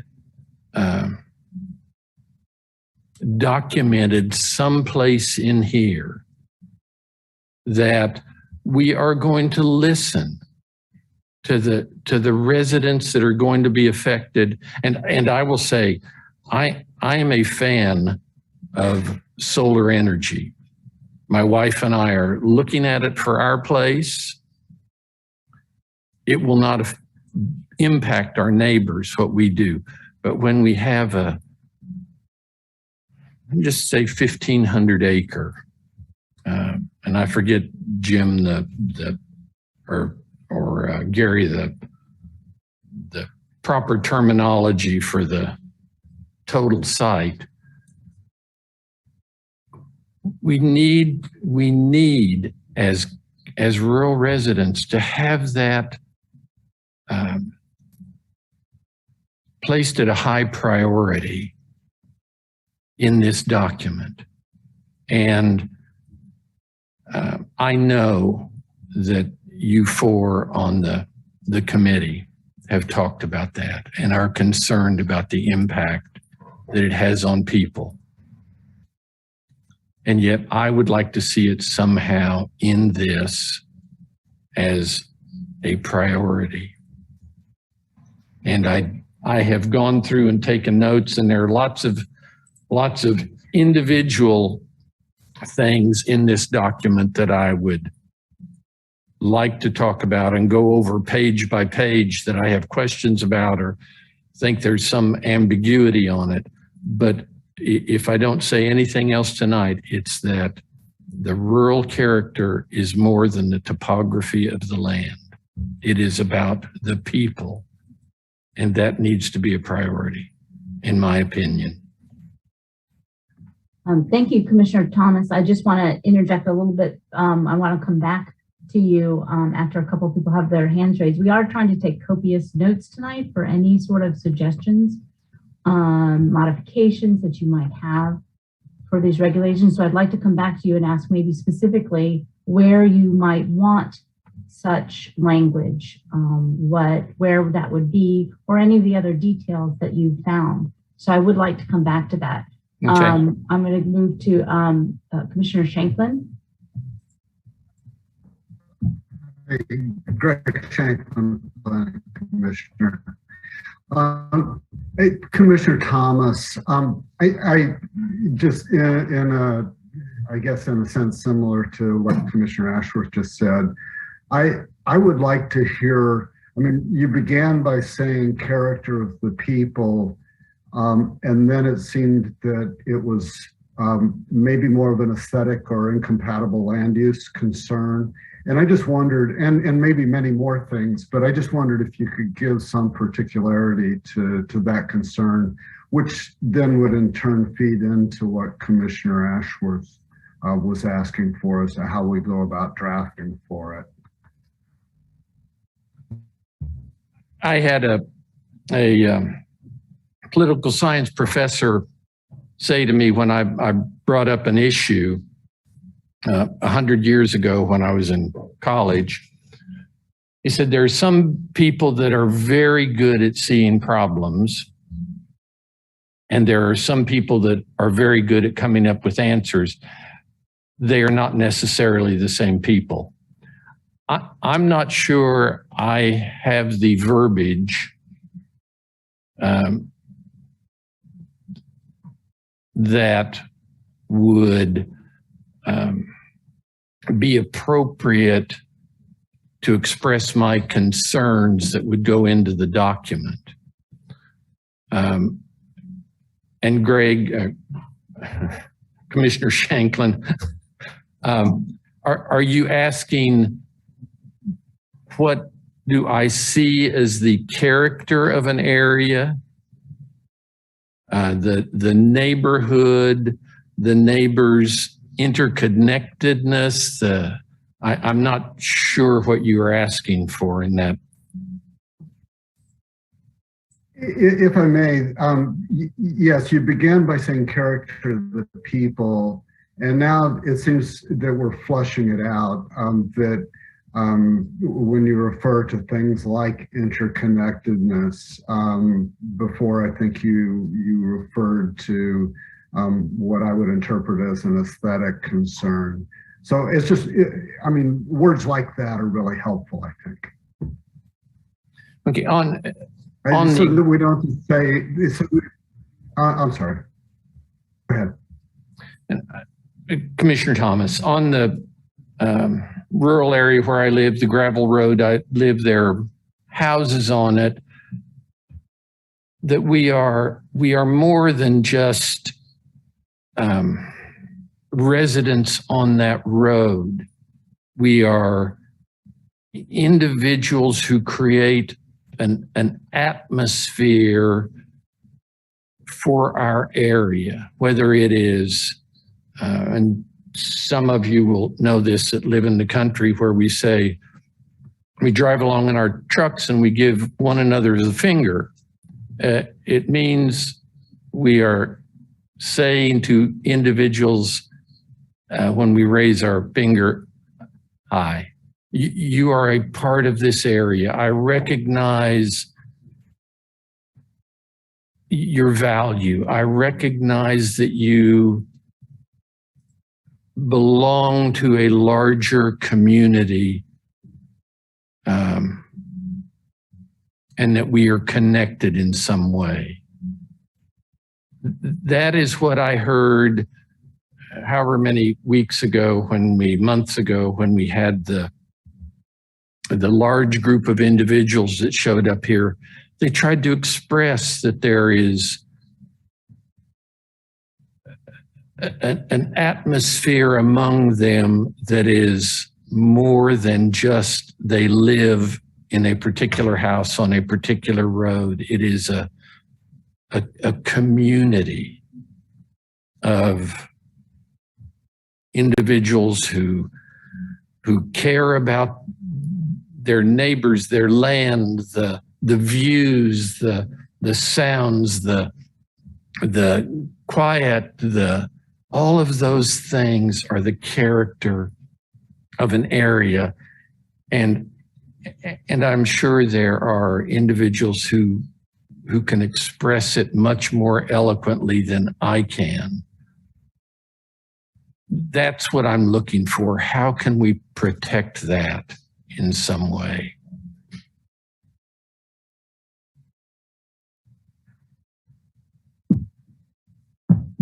Commissioner Shanklin, was that a raised hand or was that just a recognition of what Commissioner Thomas was saying? That was a thumbs up or an okay sign.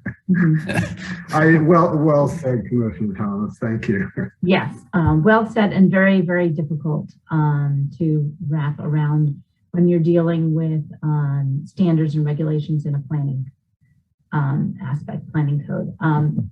Before Commissioner Thomas and Commissioner Shanklin were discussing that, I did see Mary Miller's hand go up. I don't know if she wanted to have something to say here. Yeah, thank you, Mary Miller, planner. I just wanted to kind of follow up on what Commissioner Carpenter and Jeff Crick said. And so I pulled up in the zoning regulations where we talk about what do you look at when you approve a conditional use permit. And one of the criteria is whether the proposed use is compatible with zoning and land uses of nearby properties in terms of scale, site design, and operating characteristics, including hours of operation, traffic generation, lighting, noise, odor, dust, and other external impact. And then the next one is whether the proposed use is compatible with the character of the area.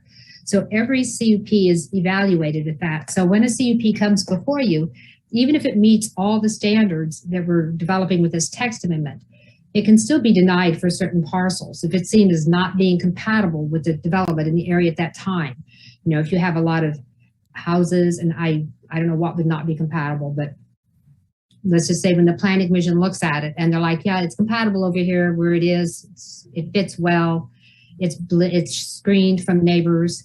You don't have to prove the entire project. It's possible to say this piece is not compatible with the surrounding uses, and then that would not be allowed. Or at that point, looking at the site-specific characteristics, you might require some landscaping, some screening, more setbacks. You have a lot of ability to add additional conditions. So rather than building it in, because we don't know where these are going to be proposed. I know we have one that's probably going to happen in the southeast corner, but they could be located anywhere in the county. So it's difficult for us to place standards to ensure to be compatible with every area, because some areas are very different. One piece won't fit all. So I think there are standards built in the review criteria that the planning commission themselves would implement when they review that.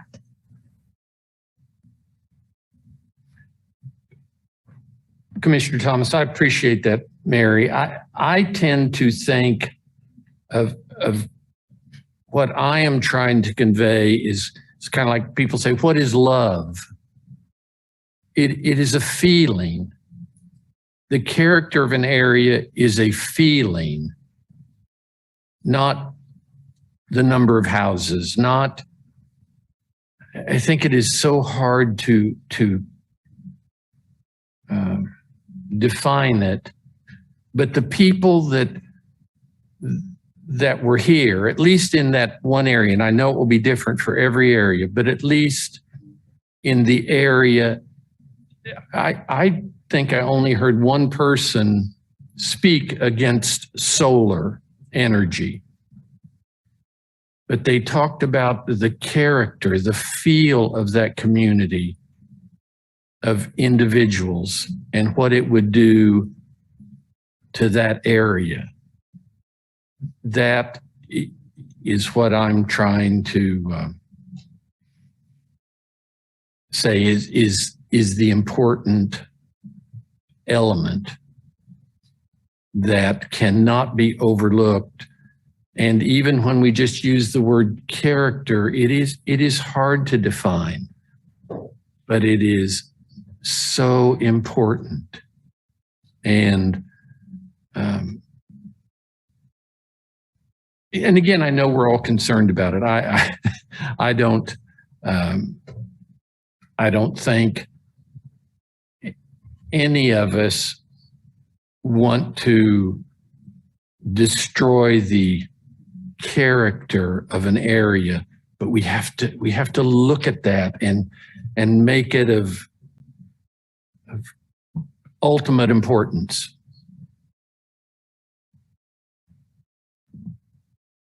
I'm going to go to Commissioner Willey, and then it might be time after Commissioner Willey speaks to have heads up for a break a little bit, but then when we come back after that break, I would like to see if Commissioner Shanklin, Butler, and Payton have some specific questions that they'd like answered about these standards we produced. Commissioner Willey? Karen Willey, Planning Commissioner. So Commissioner Thomas and I are kind of unique on this body that, and I know Commissioner Shanklin also lives outside of Lawrence, but that Commissioner Thomas and I, we look out of our windows and we look at a rural landscape that will potentially be altered by these regulations at some point. So that it's personal, it's visceral. It's certainly that it's something that I feel very much when I listen to the community that has reached out to us to talk, and that we have certainly tried very hard to make the time to listen and fully listen to the things they bring forward. I would also say the difference between the regulations we write and the process when we consider as a body, when we consider a CUP, that we don't have to consider and we don't write these regulations in a vacuum. And one of the founding documents that we fall back on for our discussion, in addition to the golden factors that get considered with every request that comes before us, but also the comprehensive plan that we wrote. About half of us on the Planning Commission now were on for when we wrote the Plan 2040, and rural character, which we wrote in there very strongly, was something that we struggled to define. It's something that we wanted, and we wanted as a value, and we still had a hard time putting words to it. So exactly what Commissioner Thomas is saying is where we were when we were struggling through that portion of the document. And that's the best we could do, is to say, we hold this as a value, and we will just have to talk about it every time something comes in front of us. That rural character that's so hard to define. As my perspective for what we did with the regulations is that we listened to anybody who came before us, that neighborhood especially, that brought concerns, and the concerns that we were able to break down and make regulations for are in that document. But not all of those concerns fit so nicely there. Some of them we just have to leave for the process when an individual application comes forward and the Planning Commission deals with it, and the County Commission also. And many of those factors are exactly that. In the county, I think we get a little bit more of a free pass on our open space. We get to take it for granted a little bit more than people in the city do. Very frequently, we have issues that come forward in the city where it's a vacant lot, or it's a treasured piece of open space, but it's also not owned by the people who value it, and the people who own it have certain rights of things that they want to do with it. And that becomes that tricky balance of how much of that rural character do we have a right to over somebody else's property rights.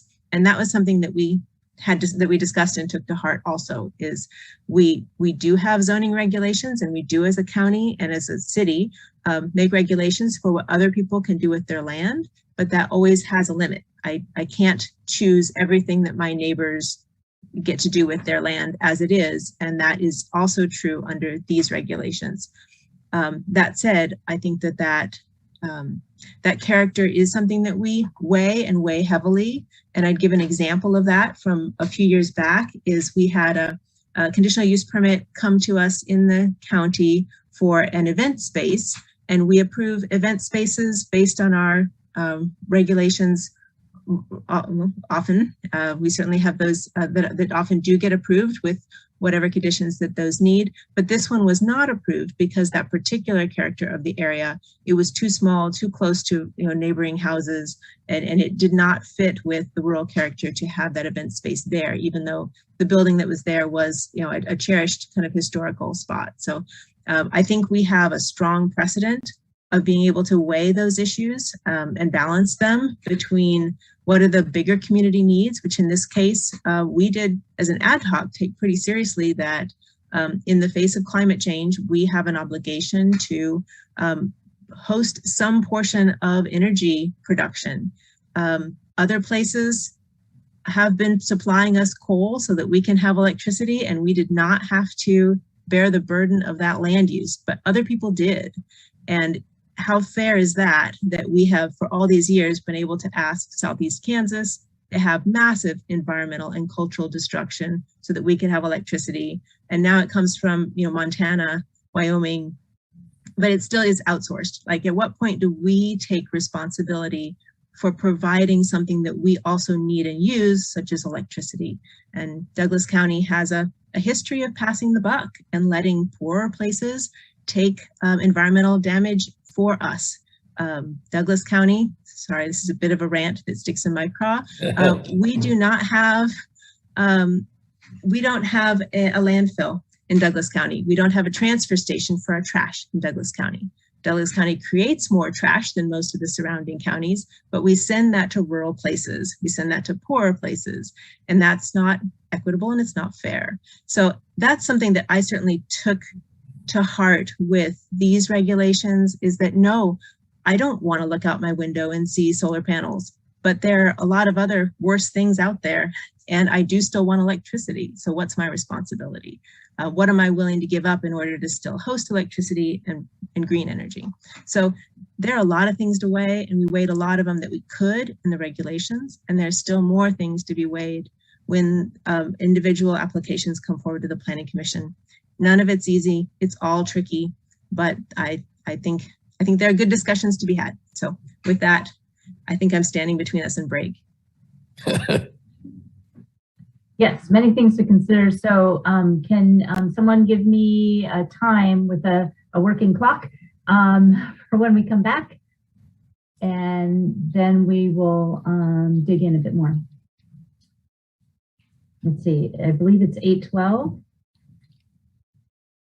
So just come back from 8:17, just a 5-minute break. All right.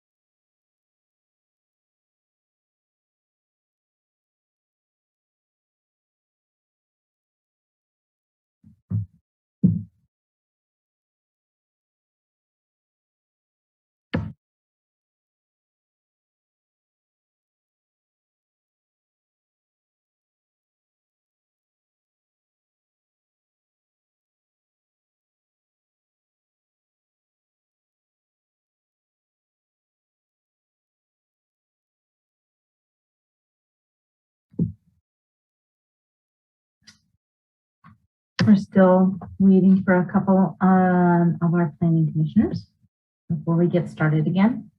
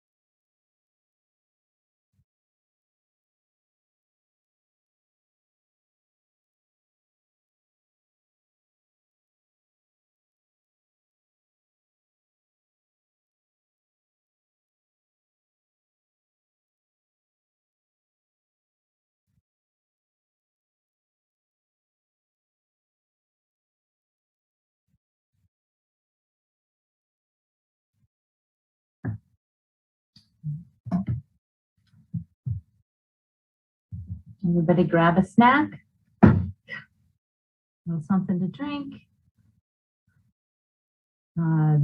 Okay, we'll go ahead and get started again. Thank you, everybody. I'd like to take this opportunity to mention again that this is a time for the Planning Commission to really give us any questions and suggestions that we can go back and work with before these standards come again before the Planning Commission. And that next time will be with public comment. So hopefully you've had a chance to at least review what was in the packet in terms of comment. So I'd like to turn to Commissioner Shanklin, Butler, and Payton and give them an opportunity, since the four of us at least have had a great deal of time to chat and talk. I'd like to get other commissioners' viewpoints, please. I guess I will start then, Commissioner Ashworth. This is Commissioner Butler.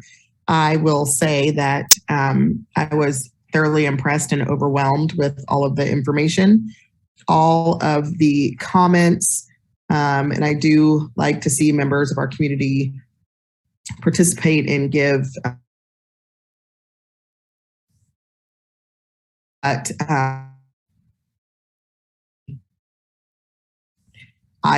great job. I don't think I quite grasp everything that has gone on, but I do think, and I especially have focused on Commissioner Willey's statements today. I think we do, when individual projects or proposals come before the Planning Commission, look at a variety of issues and the golden factors and how those affect the proposal that we have. So I do think that Commissioner Thomas's comments are important and helpful, and I do think that especially people that are on the commission now do, because I've been here for a long time, give a lot of weight to members of our community and their thoughts, desires, hopes for the places in which they reside and how individual projects affect or may affect their property rights and their property and the enjoyment of the same. So I do think, and I wanted to say that I do think that that's important, and I value it. And I think all of the commissioners look at that, the character of the area as something that's very important. But I think the work that you have done is pretty phenomenal, and I look forward to discussions on individual projects. I can't say I look forward to the time, because I think it's going to take a lot of time, but I do think it's valuable. But I'm not looking forward to the long meetings that are headed our way. But I do look forward to the community participation, because I think we have some projects that come in front of us or proposals that we wonder why there's not very much community involvement or community comment, but this has generated far more comment than I could have ever imagined. And I do love to see our community get involved, and even people on the Johnson County side get involved and work together for what they believe is beneficial to our communities. So I don't have any specific questions at this time, but I think as we go forward, I will take in, just like we do with every proposal that comes in front of us, staff's comments and the community at large, and how that particular project will affect the area and people that live and care about the area. So I just thank all the commissioners that have worked on this, because you guys have done a lot of work and put a lot of time and effort in. So thank you.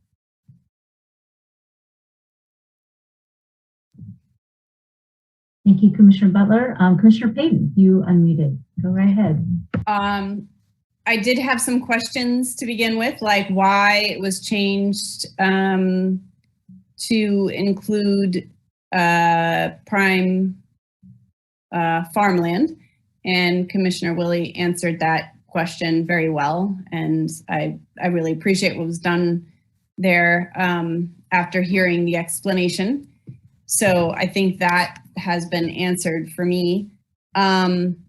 I can appreciate the, listening to the character of an area, but I think as I sit on Planning Commission, I always promise myself, if it came to my neighborhood, I wouldn't be an NIMBY, which is easier said than done, right? When I think about things that could back up to where I live. And so I really also appreciated what Commissioner Willey said about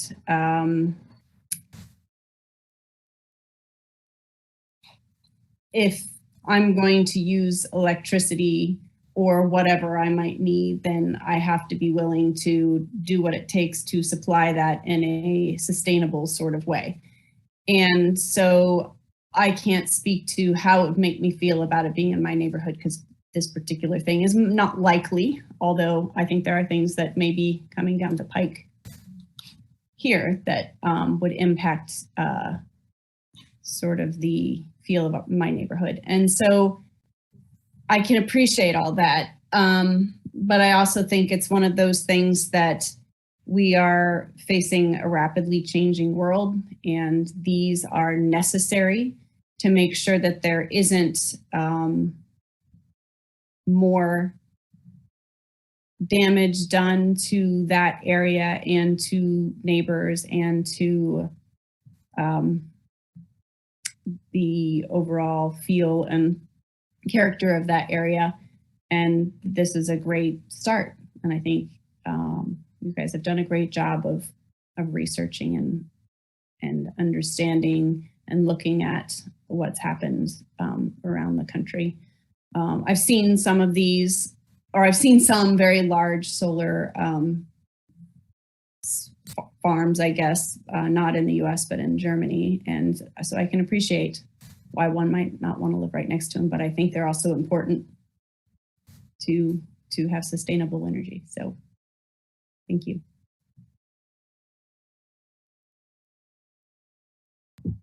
Commissioner Payton, you just mentioned that you had seen some of these facilities in Germany. Yeah. Do you have any particular recollections that you might want to relate to us about how these have seemed on the ground? Maybe what? Sure. Uniform. I mean, it was, I wouldn't say it was particularly ugly. Germany, I saw both nuclear power plants and solar farm. And I think I'd rather live next to the solar farm, quite frankly. So I didn't have any, I mean, the one I saw there, what I remember of it was basically, grass, just sort of standard, almost looked like fescue. I would like to see something. I mean, I think what what's you've talked about and using agrivoltaic sort of setup is way better than perhaps they were doing there, but it was kind of hard to tell because I didn't, I was on trains and villages and stuff. And so I don't really know exactly what they were doing, but this seems like that seems like a better option. So.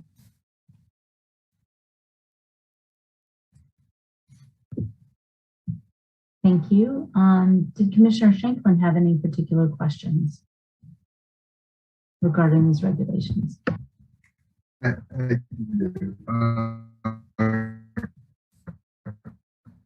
Shanklin, Planning Commissioner. Yeah, I the article on the problem of social cost, but Commissioner Willey's interpretation was so good, I won't go there. I guess I'd want to start with agrivoltaics. Is there anything that we can do to actually incentivize their use as opposed to just providing for a plan for potential agrivoltaic use? I guess that's for Commissioner Willey. I'd also like, Commissioner Willey does have her hand up, but well, there's also Mary Miller has a statement on agrivoltaics from King Piner Ritchie, who's the sustainability coordinator or acting sustainability coordinator for the county. But I saw Commissioner Willey's hand go up. And Willey, Planning Commissioner, this was a tricky one because we had this great value and this great excitement around things that could happen with agrivoltaics. We also fell short of feeling like we could require something for an industry that didn't exist yet. Like we want to see it built here, but we don't have it yet. We have pieces and parts of it, and I think we have great potential. And I think it's a great place to expand into in terms of new and beginning farmers, because land access is always the most difficult part of coming into farming. And here is a land that is available, and instead of paying to be there, they potentially pay you to manage the ground in favor of the solar energy. We got kind of sneaky with this, and I think it's a fair way of doing it, is that we asked every plan that comes forward, every proposal that comes forward, to give us a vegetation management and agrivoltaic plan. If they come forward and say, we're really not going to do any agrivoltaics at all, then when they also are asking for, we want just a little bit more height on this, we want a little bit more grading here, we want a few more acres, we'll say, what would you like to show us in your vegetation management and agrivoltaic plan that would make us happy enough with your project to give you some modifications? So we specifically left modifications open, knowing that companies will ask for them because for that extra flexibility. But this is what we want them to show us, is that this is something that is a positive for the neighborhood, is a positive for the environment, and those are the ways that they show us. So I think we can pretty strongly ask for that, in part because it's a way to keep perennial vegetation, if you're talking grazing. Grazing is the one that is easiest for me to understand. If you're talking grazing, we have perennial vegetation, which means we're not planning to use a lot of herbicides. They have to address all of those things in their plan. How are they going to manage the vegetation to minimize herbicide use? And one of the ways we'd sure like to see them say that is through a responsible grazing, regenerative grazing plan. But we left the flexibility and the creativity open to the companies to show us. So I think it was a fairly good balance. We did try a couple of stabs at, can we give something in exchange for agrivoltaics? And my particular problem with that was that not all farming is of equal ecological value. Is that a fair thing to say? What we really want is rotational grazing that keeps the vegetation short where the panels need it, but also is specifically increasing soil carbon and soil health. Anybody can buy a mower and mow reasonably well. Not just anybody can buy sheep. We didn't want companies to feel like they were forced to just buy sheep, turn them out there and call it agrivoltaics, when really that kind of grazing could be more destructive than just the mowing would have been. So that was where we landed. We would very much like and value for companies to bring forward a plan that looks creative and responsible and ecological and has operators that know what they're doing and that they can show that in their plan. So that's where we landed with the agrivoltaics. And I think Mary Miller and Kim Kreiner-Ritchie may have some input on that too. Kim Kreiner-Ritchie is the food planner for the city and county. The city and county sustainability office that fell under is now splitting into a city office and a county office. So she is our interim county sustainability director. She's also been incredibly faithful to be at almost all of our ad hoc meetings and really stuck it out. So I think she's going to continue to add more and to flesh out that one piece in the regulations that talks about agrivoltaics. I think there's more detail coming where we can also include things like if KU if they want to partner with the university to do some research on that land, because we've managed to fence out all of the deer. When do you get a chance like that? There's a lot of research opportunities and a lot of research that's needed just on the impacts of solar farms, as the public has been very keen to point out that there's a lot we don't know. So there's more of that coming. That was a long answer, I'm sorry. Jim Carpenter, Planning Commissioner. Thank you. Some of the other conversations we've had is, if you go online and you just Google and look at images of agrivoltaics, you're going to see such a wide variation of what's in that category. What works for this scale of solar facility may not work for others. That's how we ended up mostly looking at sheep, because any other large animals will do damage to the panels. So it's basically sheep and bees is kind of where we landed at the moment for these large facilities. We also have, we have a category split out that's covered by this, which is up to 20 acres, which are co-op or community-owned solar facilities that don't sell into the grid. It's for their own use. There might be net metering, but they're not built just to sell into the grid like these large scales are.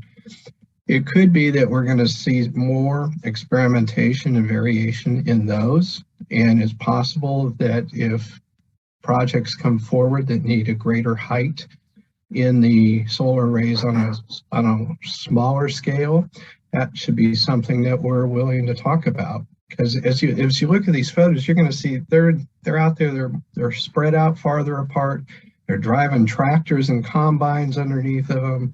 And a lot of this is happening in Germany and other places. Some may work here, some may not work here, but we want to encourage experimentation on a smaller scale. But for this large scale, I think we're kind of have a couple of these.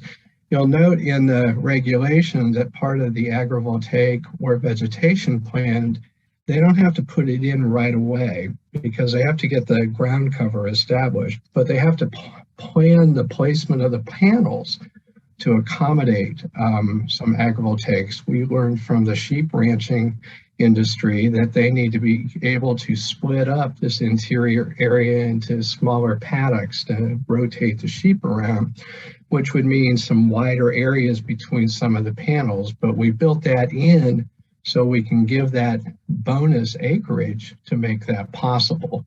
Because again, we're trying to encourage a concurrent use to protect soil health and to have a resilient ground cover that will capture carbon and make that soil better over time. So if we do get it back for agriculture, we're going to have some pretty good land out there.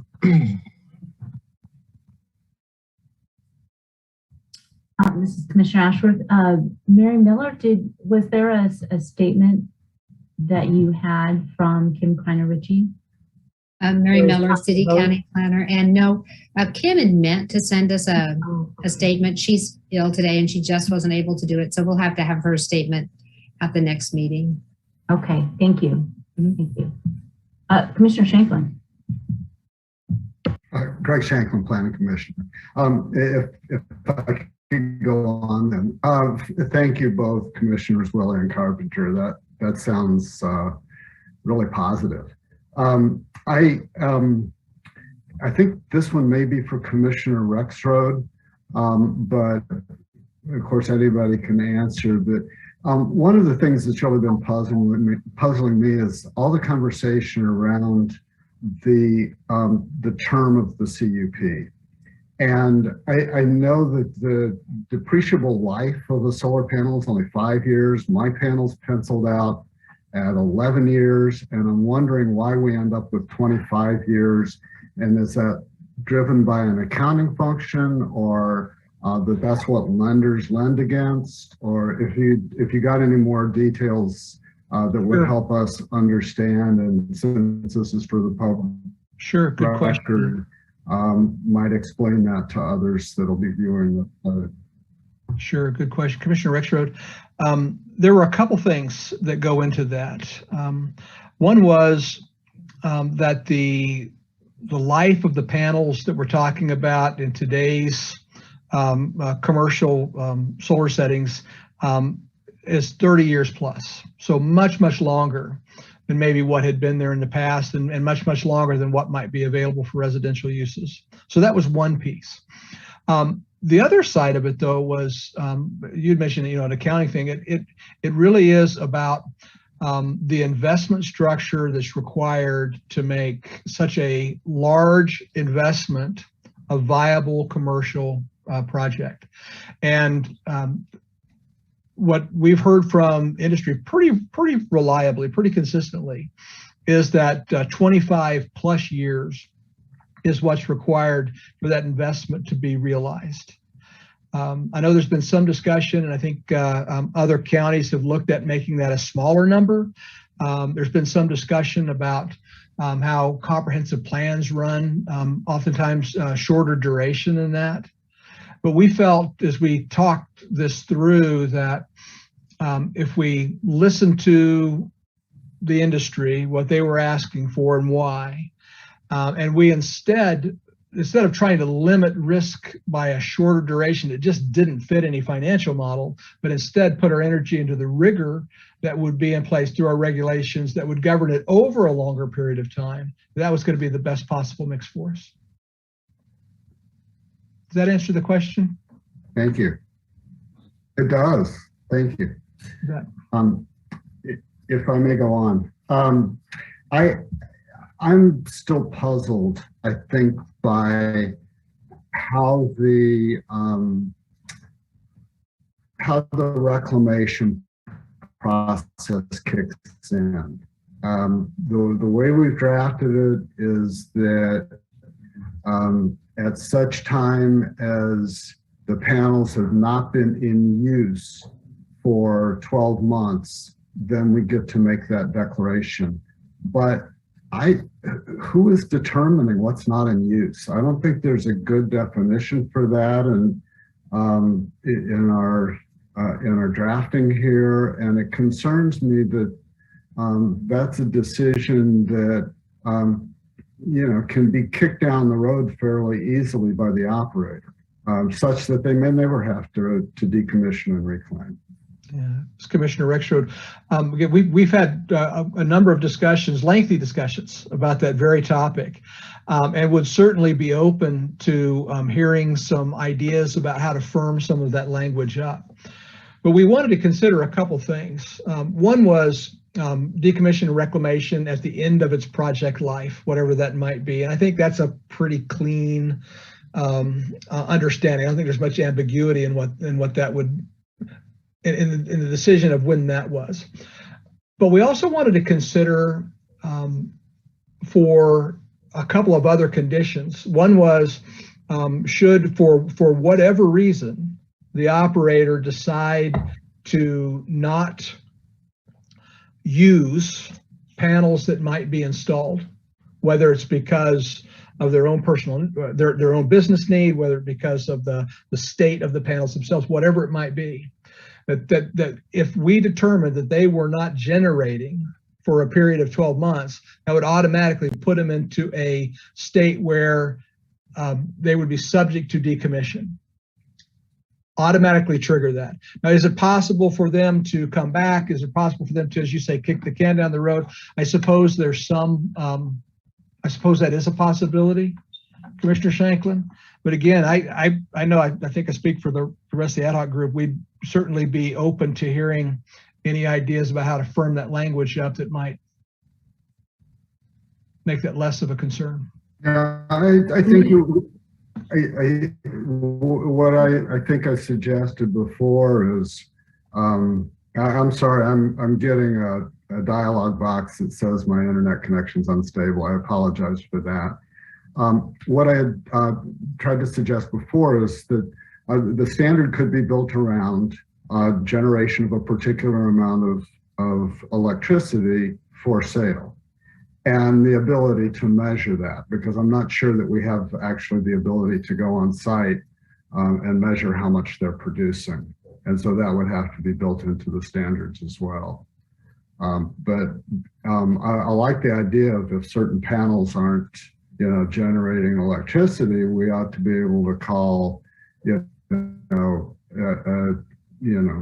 a reclamation as to those particular panels. But I think we do have to have some force and effect behind this idea of,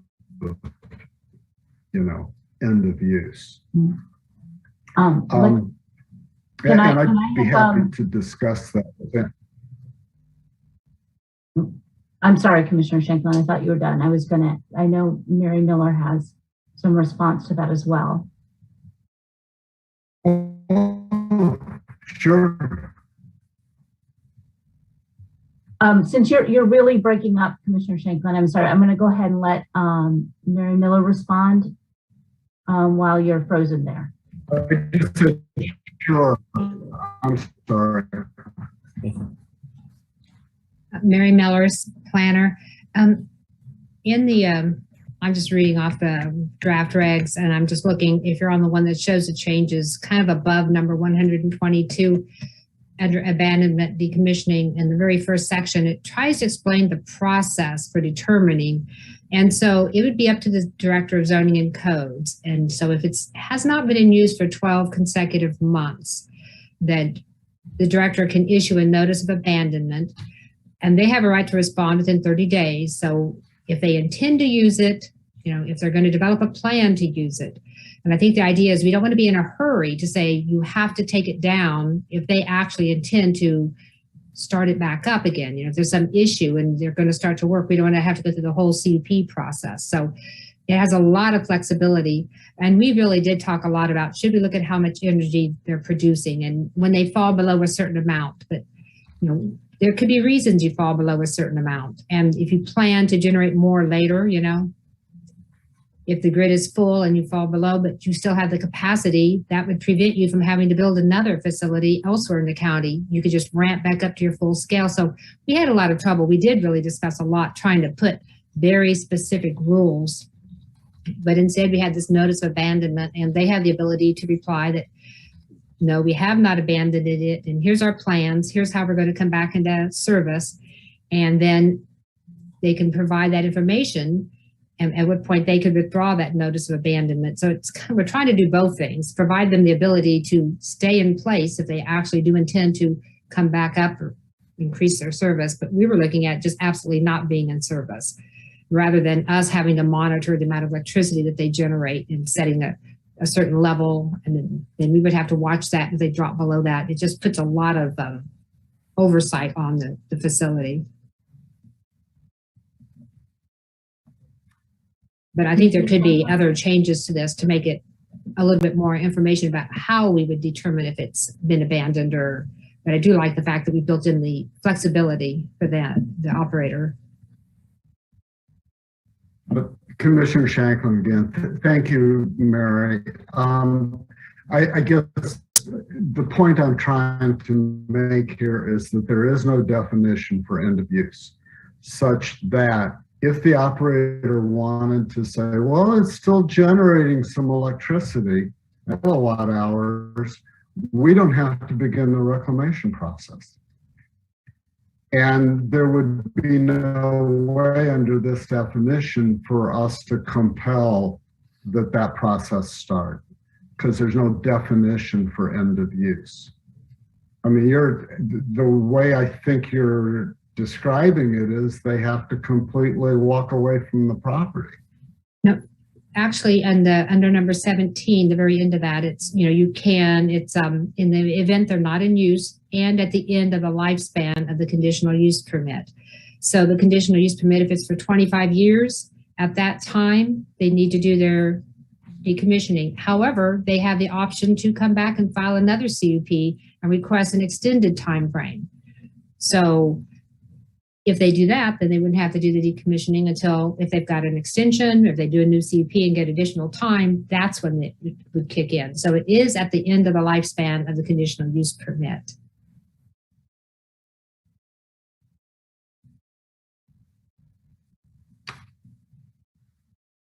Does that further answer your question? Commissioner Shankland? I mean, we'll, I guess, decide whether that's acceptable or not. It doesn't satisfy me, but I'm not the only one here. I guess the other thing that I'm really still puzzled about is that somebody who doesn't present any evidence of actually owning an interest in a piece of property can apply for a permit to do anything with it. And that we don't get to look at the leases. We don't have any assurance at all of what the content of these leases are. And in my world as a real estate finance lawyer, I would be troubled if somebody said they had a ground lease but wouldn't show it to me. Because at the end of the day, if we ask them to undertake reclamation of the property and they say, oh, our lease ran out or our lease was terminated, we don't have any rights against the landowner. We have the rights, our rights are solely against an out-of-state entity that, we've done our best, as Commissioner Rexroad said, to be partners with them, but they are out of state. They have no commitment to Kansas. And that just troubles me. I think that we should be looking harder at how to get the landowners engaged in this. They're the ones that are, ultimately benefiting from the solar radiation that impacts their properties. Why can't they be on the hook too? So, just a thought there. Beyond that, other comments? We refer to brownfields in the section on ag land. I think there must be a better place for that because it really doesn't fall into the property that we're describing. I'm sorry, Commissioner Shankland, can you say that again? What section were you concerned with? We refer to brownfields in the initial section on ag land. Yeah, and I think there's probably a better place for that. But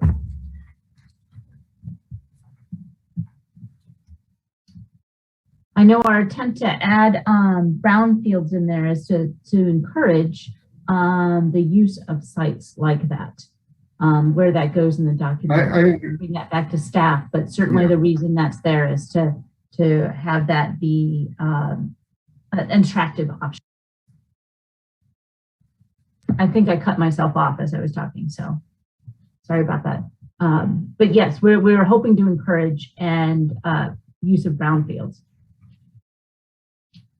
But go ahead. Yeah, no, I think it's a great idea. I just think that the context is wrong for where it's placed. But that's just a drafting matter. It's from me. Thank you.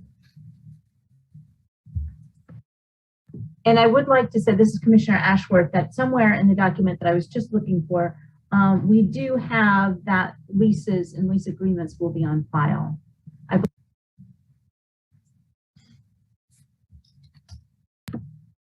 Commissioner Carpenter may know where that is.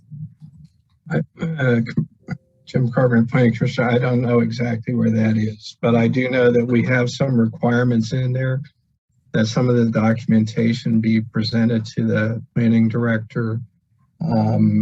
Any waivers, any modifications that are land use agreements between either participating or non-participating property owners with the operator. All those have to be turned over to the planning director. They will be filed with the Register of Deeds. So anything that encumbers property, we want filed with the Register of Deeds.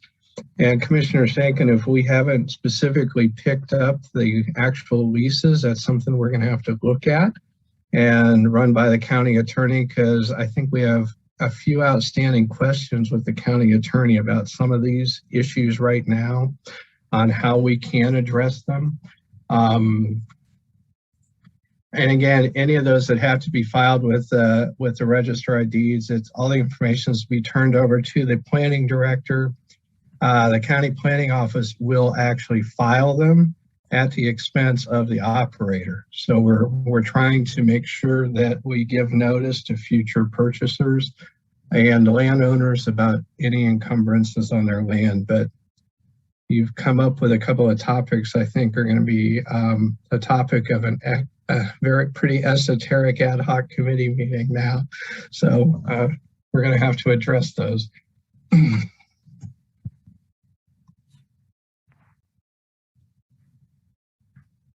Commissioner Sinclair. Thank you. Luke Sinclair, Commissioner. I guess a question to send back to Commissioner Shanklin and maybe invite him to get back on his soapbox. But the question I have is, I really appreciate your comments on, not knowing what legal interests the applicant has in the property. But it made me think, it seems like we often have that issue, and that we don't require there to be an interest. Someone that maybe is thinking of buying a property and they're the one applying for some sort of CUP or rezoning application. Maybe I'm misunderstanding that, but to the extent that's true, I was wondering if there's something specific about solar projects that you had in mind that you really wanted to know, as opposed to a CUP for a dog kennel or something like that. Jim Carpenter, thanks.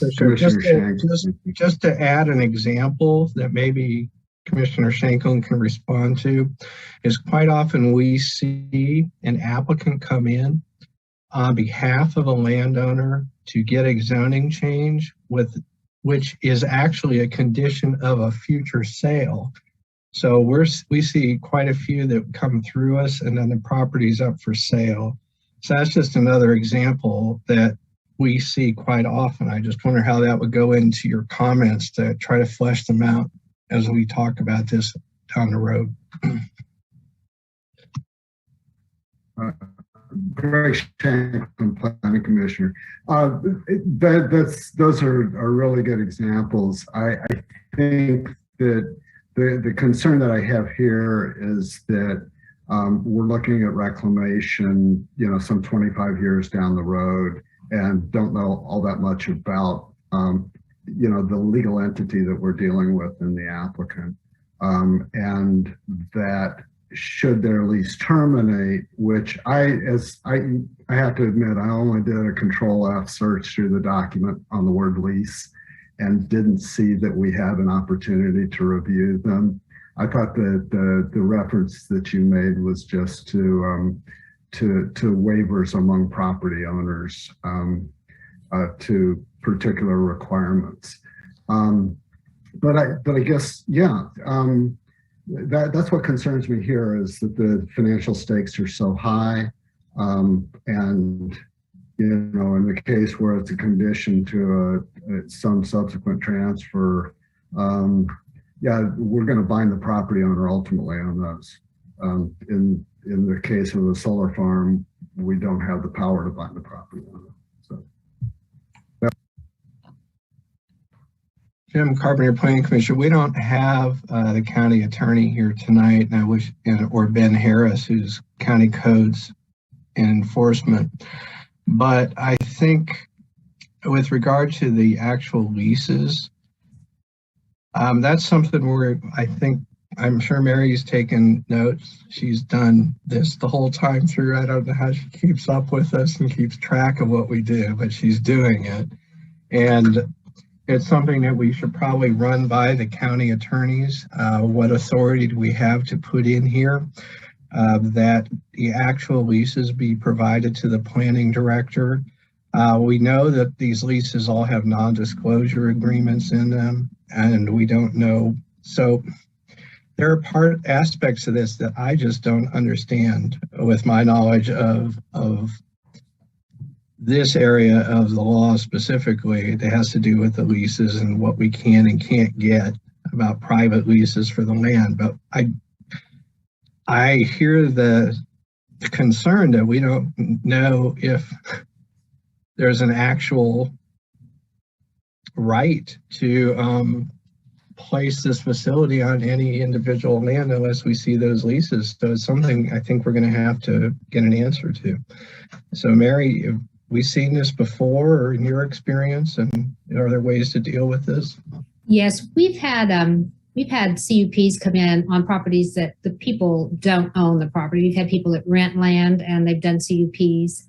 And we have a thing called the owner authorization form, which is what the owner signs that saying they have my permission to ask for the CUP on this property. So that's one way we make sure that they do have the right, they've given them the right to do it.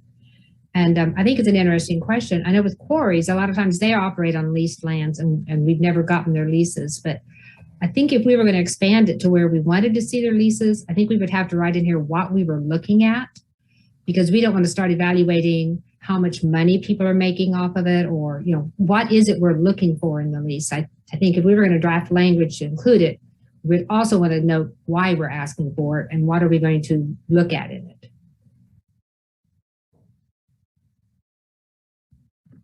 Yes, Commissioner Shanklin. Greg Shanklin, Planning Commissioner.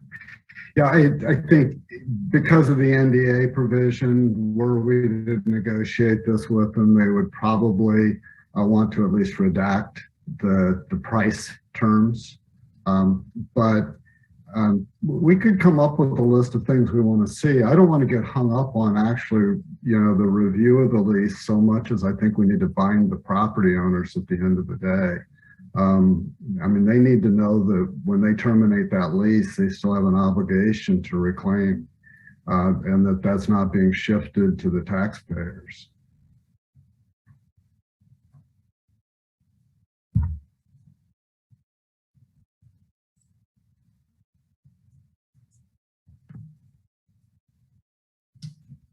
And Mary Miller, planner, I just want to ask you a question. We have the bond and the surety, to cover the cost of reclamation and decommissioning in case the operator, goes bankrupt or just leaves. Are you suggesting there be another one? Because that's how the county would probably reclaim it, is with that money. Is that in case it's not enough, then you would want it to go back and fall on the property owner? I'm almost 100% certain that it won't be enough.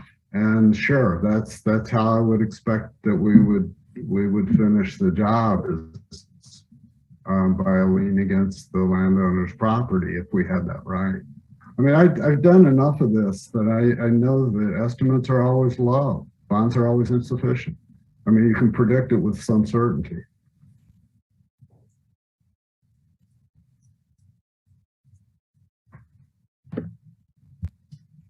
Okay, thank you. I think we have a few things now on our list to discuss again in ad hoc and with planning staff. Commissioner Sinclair. Can I just raise a couple other ones? Is that okay? They're minor. One of them is Luke Sinclair, Chair. One of them is the extraordinary event term that was added. And it requires the operator to notify zoning and codes if there is an extraordinary event, and then provide, basically what they're going to do to mitigate it. But it gives zoning and codes the right to, require additional mitigation steps. And to that end, I was wondering if it'd be worthwhile including language in there that required the operator to notify zoning and codes within a certain amount of time. Either promptly or within, not promptly, but no later than X amount of days. I don't know what's reasonable in that case. Based on what we've heard from some of the other outfits that do these things, I think they monitor them remotely. And so I would assume that they would have a sense pretty quickly if there was some sort of event that had impacted the solar panels. And if that's the case, it seems like we could expect them to notify zoning and codes quickly so that zoning and codes wouldn't be impaired in their ability to sort of jump on board and require additional steps to mitigate if they felt that was necessary. A good catch. And an easy fix. The other one was right immediately after the extraordinary event section. It talks about the reviews that'll be done. You know, the 1 year after the release of the certificate of occupancy, and then 5 years after that, every 5 years after that. And right now the section indicates that the reviews shall be conducted by a third party that's, you know, engaged by the county or and financed by the operator. And I was wondering if there was if the use of shall was intentional as opposed to may. I mean, I know that Tanya Voigt has indicated in the past that doing these reviews would stretch them in terms of their resources, but I didn't know if there were. I'm not sure if we can predict that they may never want to be doing those reviews. And I didn't know if it'd be worthwhile leaving that as a possibility and saying that they may engage in their discretion, I guess, a third party. That probably is not a big deal, but it just jumped out at me. I was maybe trying to not bind the Board of County Commissioners in their ability to do these things to a very, like we're handling it specifically, but I'm open to hearing what Mary has to say. Mary Miller, I think that's a good idea because, you know, we could have a 30-acre facility that we do feel confident in doing these reviews. So I think maybe saying may, because when it comes to the Planning Commission, that's when you would decide if it's may or shall, depending upon what the type of facility is and what zoning codes are recommending. So I think if we put may, it could later become a shall, you know, once we go through the review.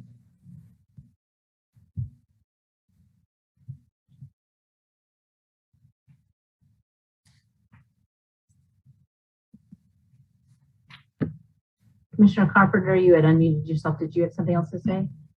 And then Carpenter, Planning Commission, I'll defer to Commissioner Rexroad first. I was just going to follow up on it. Commissioner Rexroad, to the point that Chair Sinclair brought up, as we've gone through this, I think we've recognized that there are aspects of a project this size that our county hasn't taken on before. There are questions about current staff's ability to manage this. There's questions about what might we need different in emergency services. There are things that likely will come before the county commission as what I would describe as a policy question or a budget question on how they're going to make sure that we're funded appropriately to manage these installations and where those costs are going to fall.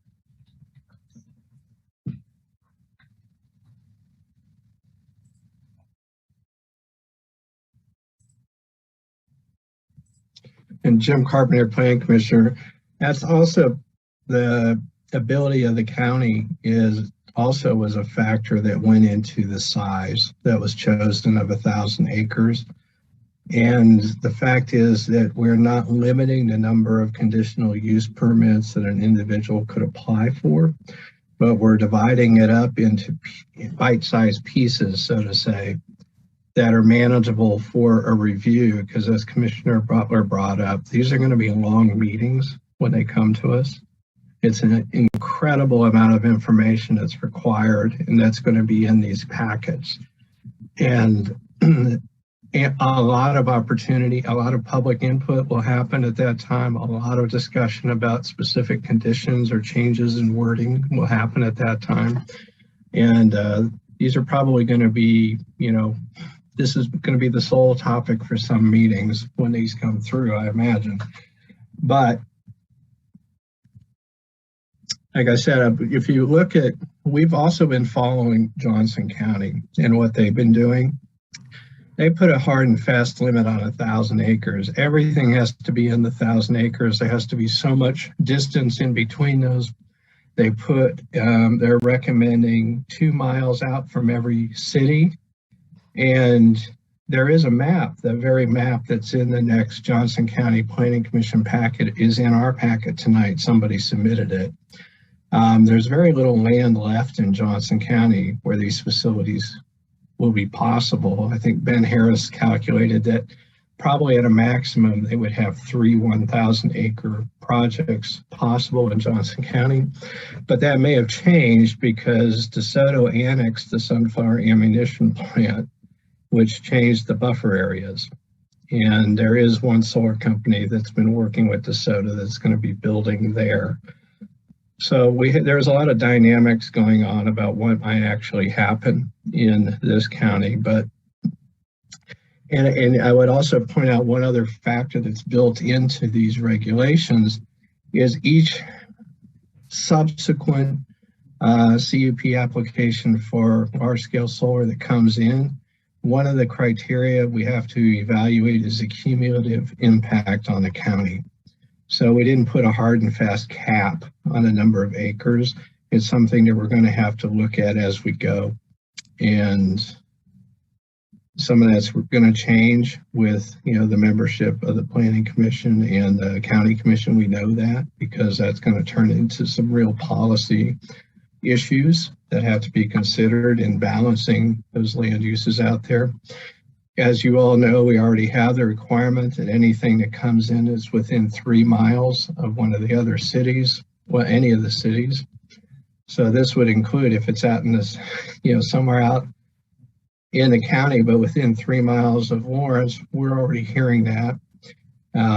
Eudora, Baldwin City, Lecompton, if we're within 3 miles, we're going to pull their planning process into this to discuss it, to evaluate their future plans and possible expansion, as opposed to putting in a hard and fast no facility within this 2 mile area, which is what's being discussed in Johnson County. So some of what we're doing has been bouncing off of what we've been seeing in Johnson County. In fact, we had one meeting with Johnson County planners were at the meeting with Douglas County planners, and they were kind enough to let us attend and observe and participate. So we've seen that, and a couple of us have actually spoken at the Johnson County Planning Commission meetings about this too. So there's a lot going on. That's a long answer to get to where I don't know, other than that.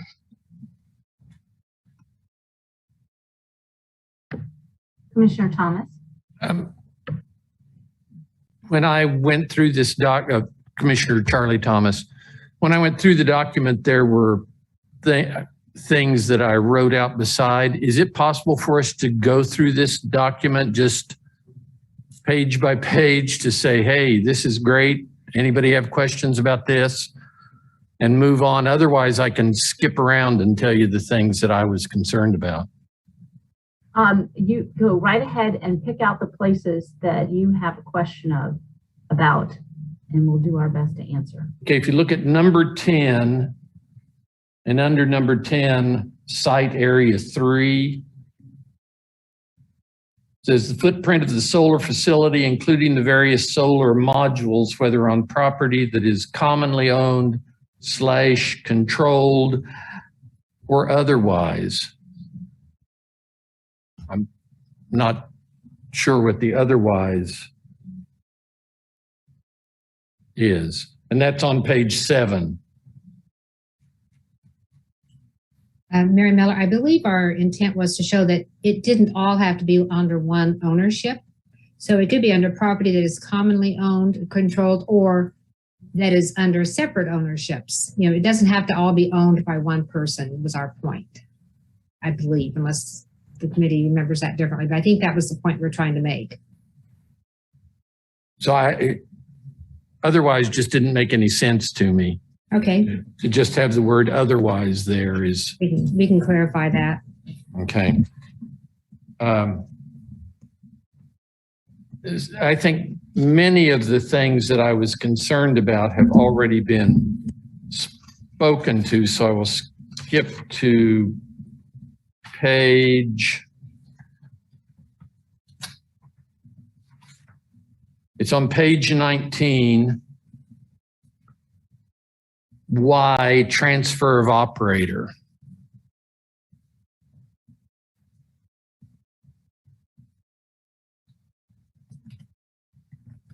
So the last sentence on that page says, the transferee shall also, well, one before that, all CUP transferees shall be required to meet the same conditions as the original operator.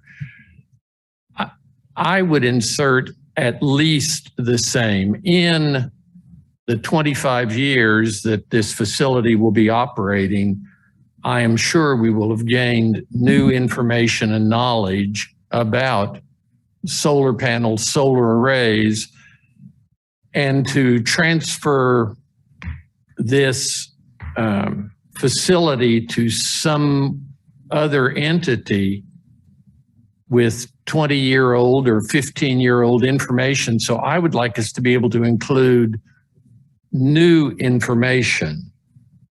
All CUP transferees shall be required to meet at least the same conditions as the original operator, rather than just leaving it the same conditions. So that was one of the things.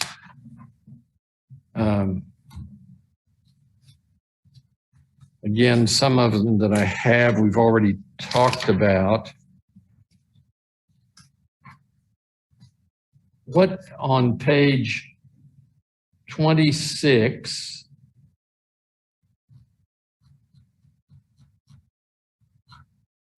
at the top of the page under number 7, VII, what is be required to submit a tier 2? I didn't know what a tier 2 was.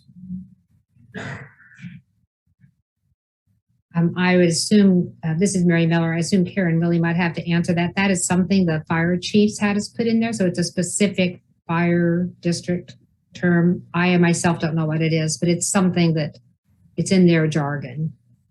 And Karen, can you explain that more? I'll try. Karen Willey, Planning Commissioner. It's actually language that came from the Douglas County Emergency Management, and it has to do with the hazmat or hazardous materials. So if hazardous materials meet a certain threshold, then there's another set of requirements that are automatically triggered. So it's referring to that. And frankly, that's above my pay grade as a volunteer firefighter. But that's the where that language came from. Okay, Commissioner Thomas, I just wasn't sure what that was, and so maybe that could be clarified. Again, moving on, then I'm going to skip ahead to go to page 75. These are some suggestions that came from the group that thinks they will be impacted. On page 75, there is just one, on mine, it's a red text. It essentially says the argument that the solar companies are making, and some other individuals, are that no property values near the solar farm will the valuation be affected by having the farm here. I read the Rhode Island study. There were 2 studies that were quoted, one from the University of Texas at Austin, one from Rhode Island. And that study says, yes, property values will be affected adversely. The closer to the solar arrays, they said the property values went down about 7%. Further away a mile, it was 1.5%, I believe it was, at the 1.7%. And one of the arguments that this study makes is that it is, again, part of taking care of the people near the solar array. if the valuation of their houses do decrease, we are having the solar companies test the soil before and after they're installed. We're having them test the individual wells before and after they're installed. We're having them test the soil before and after they're installed. But if the house prices do decrease in value, then that needs to be addressed. And this on page 75 does address that. And the very last sentence, county property appraisals and property taxes will be reduced based upon negative property value impacts from utility scale solar should they occur. I think that needs to be included. We are looking out for soil, we're looking out for water, we're looking out for livestock. Let's look out for the families that have their houses around these solar farms. And I would like to see that included. So that's one of the things. The Rhode Island study does talk about it is, and that's on page 76, how costly it is for individuals to have their property appraised. And I have no reason to doubt that. On page 73, number 36, and I know that the ad hoc committee has looked at this on when should sampling be done. Here's another suggestion on when samples should be taken a year after the facility has become operational, then every 2 years after that for the life of the facility. That is not what we wrote. I don't know the answer to it, but is there merit in sampling more frequently? On page 74, number 39,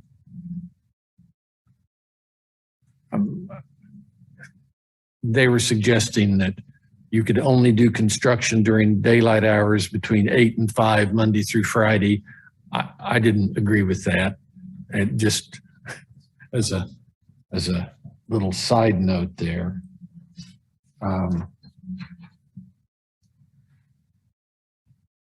Page 71, number 30.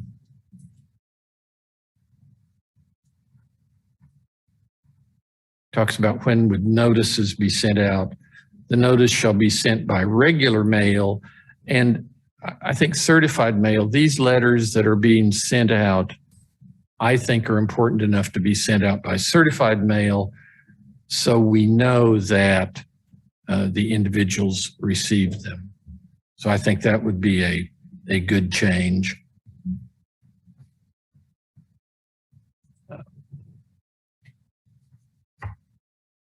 On page 70, number 30,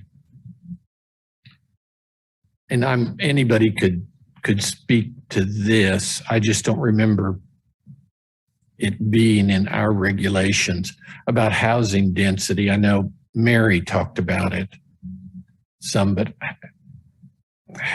is housing density one of the things that we looked at? Page 69, number 30, the bottom of the page.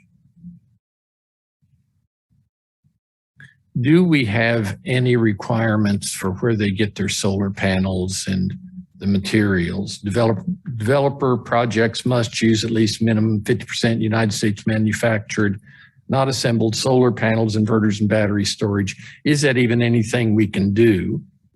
I thought that was I thought that was something we should look at anyway. Karen Willey, Planning Commissioner. Commissioner Thomas, do you mind if I respond to that one? Oh, heavens no. Okay, so that was one that I kind of brought up, and probably, and at least somewhat based on these comments that came in, and we really like working outside of our box of land use, and we keep kind of getting put back in it. And that was one where I wanted to talk about, you know, how the panels are manufactured, and where there are a fair number of them that are manufactured with forced labor in China, and how do we monitor that and know that, and some of course are built in the United States or Canada or other places, but we, at least our legal staff, I believe, kind of shut us down on that one.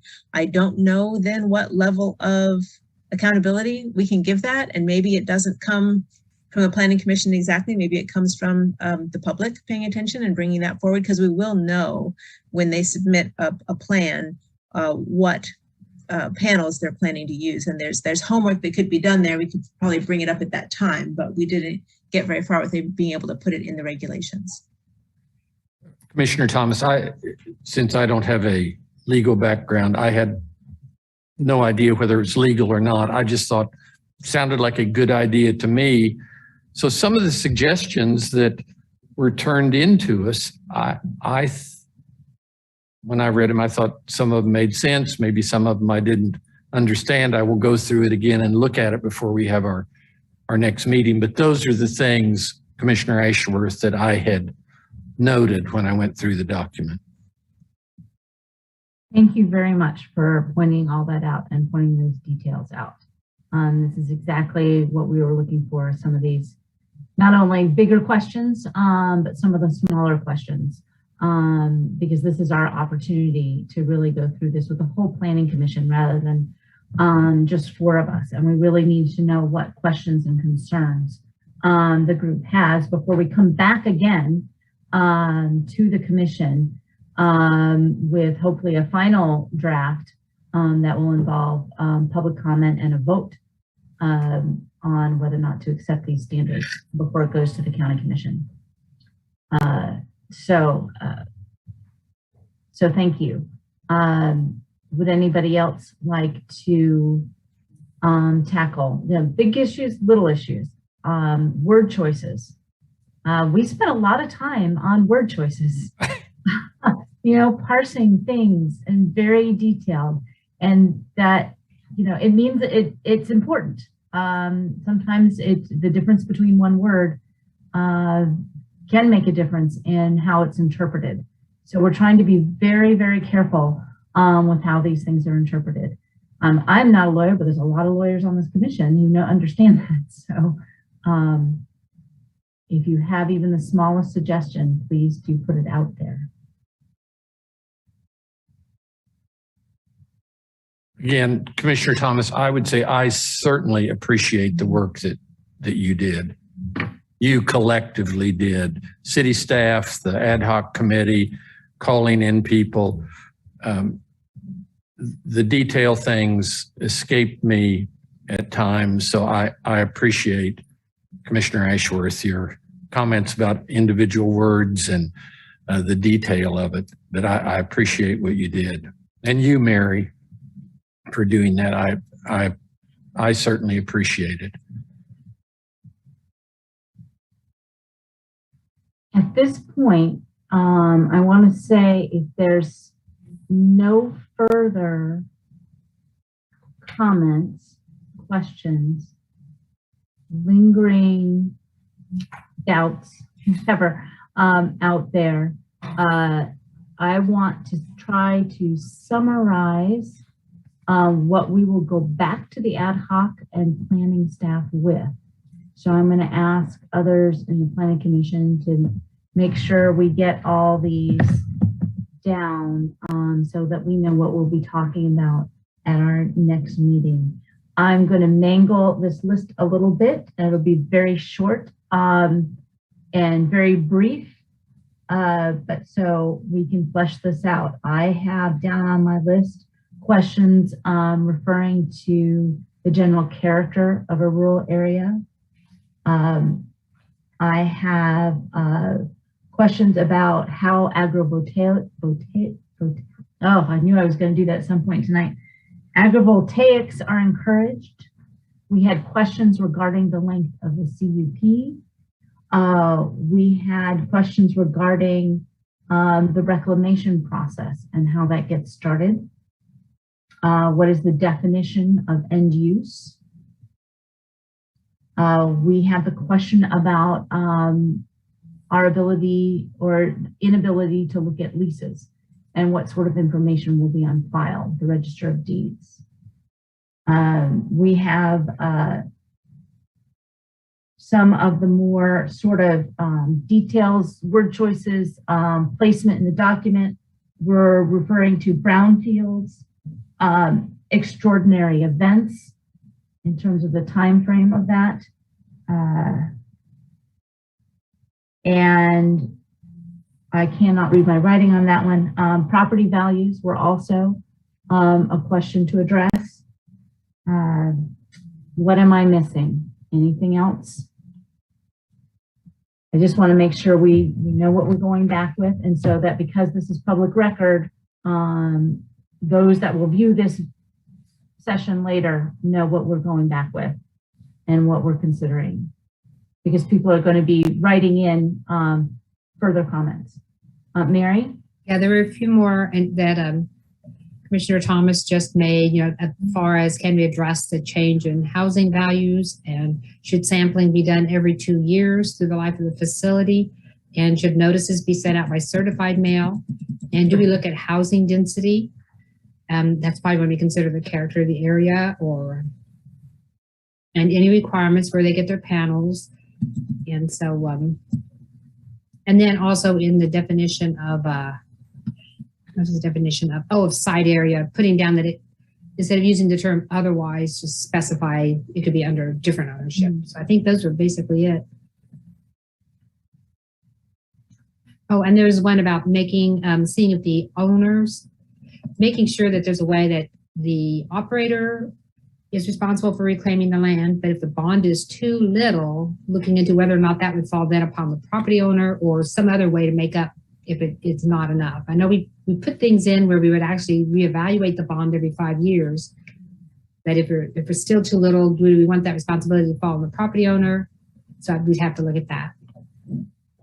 Thank you, Mary. I didn't even attempt to write all that down on that one, so make any sense of that. So thank you.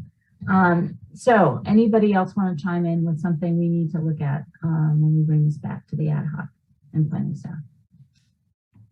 Karen Willey, Planning Commissioner. I noted just a couple of others. There was a change of the word otherwise, or look at that language around whether it's leased or owned land.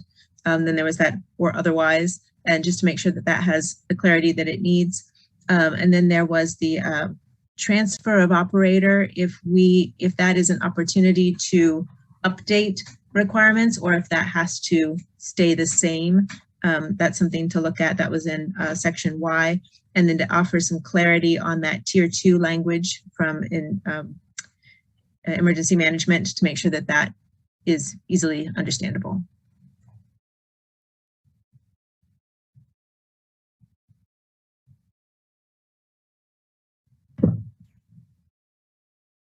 Okay, if there are no other additions to that, that's what we will go back with. I will remind everybody that the next steps where we will go back with this information, we will look over the document again. We will be receiving written public comment from commissioners, from the public. This will come back before the Planning Commission for public comment, and hopefully a vote to whether or not to send our recommendation on to the Board of County Commissioners, where there will be again another opportunity for public comment. In the meantime, please review in detail and send us any comments you want.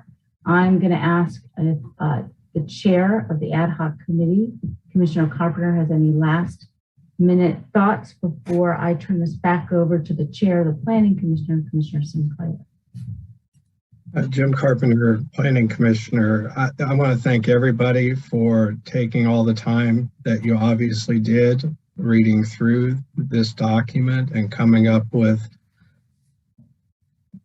some comments and some questions. It's, as any of you that do a lot of research in a particular area know, by the time you come to write it down, you have a lot of information in your head, so you don't usually write it all out.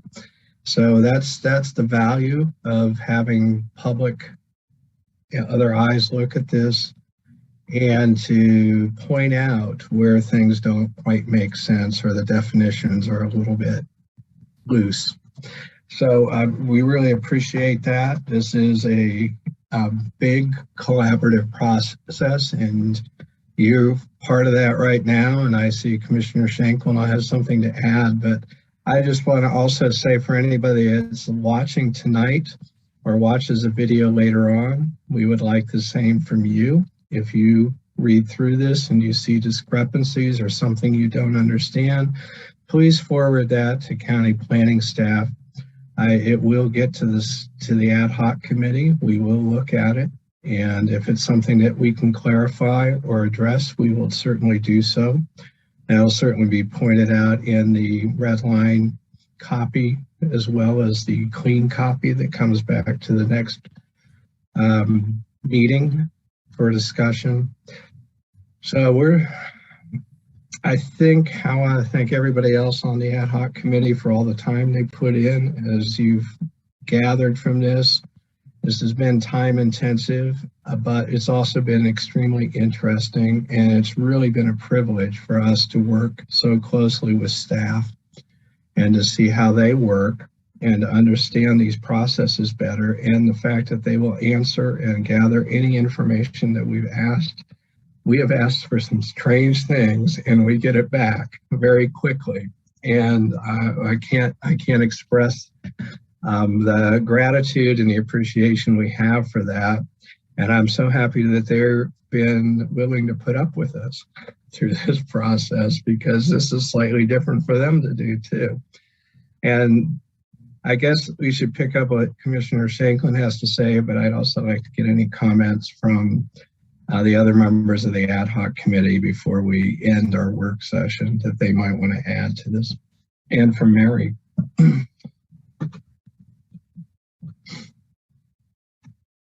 Commissioner Shanklin. If I may, Greg Shanklin, Planning Commissioner. I'm confused about something, and so I just want to make sure I understood what Commissioners Ashworth and Carpenter said about submitting comments, because I thought I heard Commissioner Ashworth say send comments to you, and I've been really careful because of the sunshine on the ad hoc committee. No, I didn't send anything to you. But then is it okay to send it to planning staff? Good, I will do that. Yes. Yes, Jim Carpenter, Planning Commissioner, I just add, we've set up a process that anything that comes from another commissioner can go to planning staff. They will not share it with us. It will be part of the packet, and that will be the first time we see it, but it could end up being part of what they suggest. And Commissioner Shanklin, you're pretty interested in the legal aspects of bonding and reclamation, and that's really beyond the land use part. Other than we have provisions in there that say that this is going to happen, and usually those are contract negotiations between the county itself and the operator. But anything you send in, I'm sure will get to the county attorneys, and they will review that. And if they have suggested changes in language, it's going to end up being reflected as a recommendation from staff the next time. We may not have the actual opportunity to review it so we don't violate COMA, but we will get additional recommendations from staff in their staff report that come back with the, we hope, close to final version of these regulations the next time.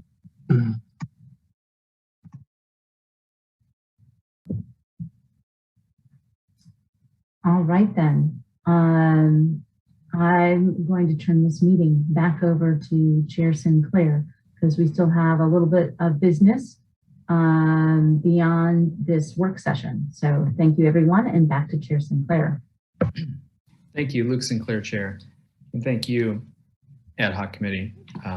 Again, it's very much appreciated, and I've enjoyed this discussion tonight and look forward to talking about it more. So the last thing we have is miscellaneous new or old business. Is there anything that we need to consider? Any other miscellaneous items that need to be considered? Commissioner Carpenter.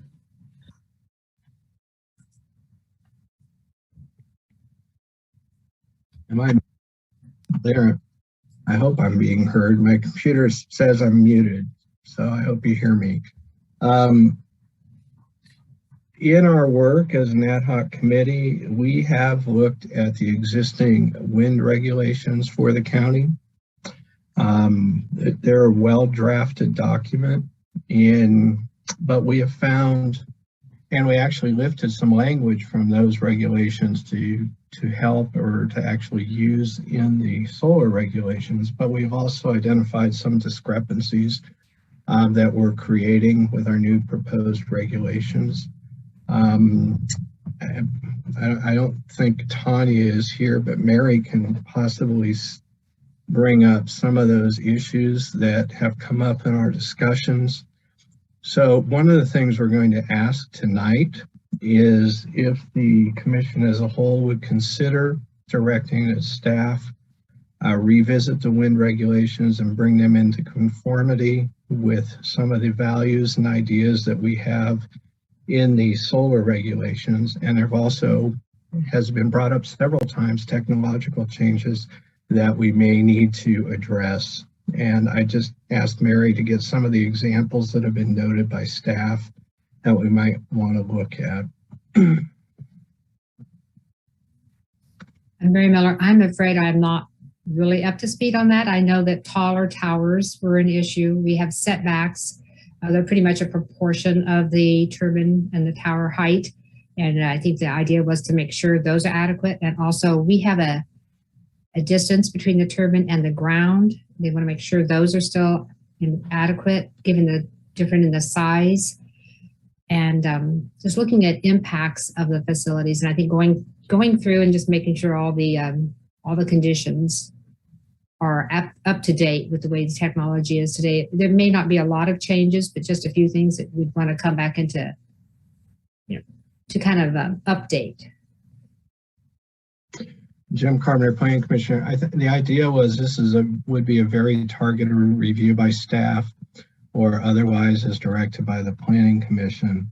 And I believe, Jeff, when we brought this up, we would have to have a motion to, and I guess we're calling it a text amendment or a possible text amendment to the wind regulations to bring them into conformity and up to date prior to getting any applications. No applications have been filed yet that I'm aware of, and that can be confirmed by Jeff or Mary. I don't think we have any. There have been some inquiries, but no actual applications. So I'm hoping that we could get a motion to do that review and update. And then if we do that, then we want to consider how we would do that. So if anyone wants to discuss this item or matter. Luke Sinclair, Chair. Commissioner Carpenter, when you say, and I'm jumping ahead, but when you say consider how to do it, what do you mean by that? That would either be the commission and under our bylaws, as explained to us by Jeff, when we discussed this, it would be at your discretion whether you would appoint an ad hoc committee to work on this, what we hope would be a quick turnaround, or if you would just direct that staff review it and present a staff report as we have done with many other text amendments. That seems to be at your discretion. Luke Sinclair, Chair. From what you know so far, and I guess from what I've heard a little bit, is that is the expectation that it would be as, well, I'll take a step back. Since we're creating the solar text amendment almost out of whole cloth, I don't think we're doing that with the wind, and so it shouldn't be as monumental, like literally monumental a task. And so we've done a fair number of text amendments without having to do an ad hoc committee. These Lisa and this one are just sort of, and the solar ad hoc committee are sort of special, I think.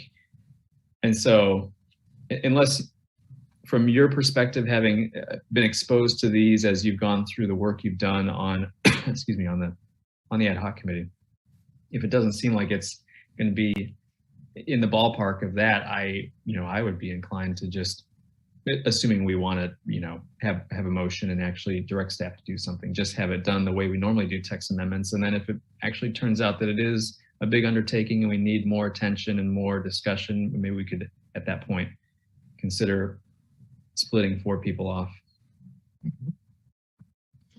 Yeah, this is Jim Carpenter, Planning Commissioner.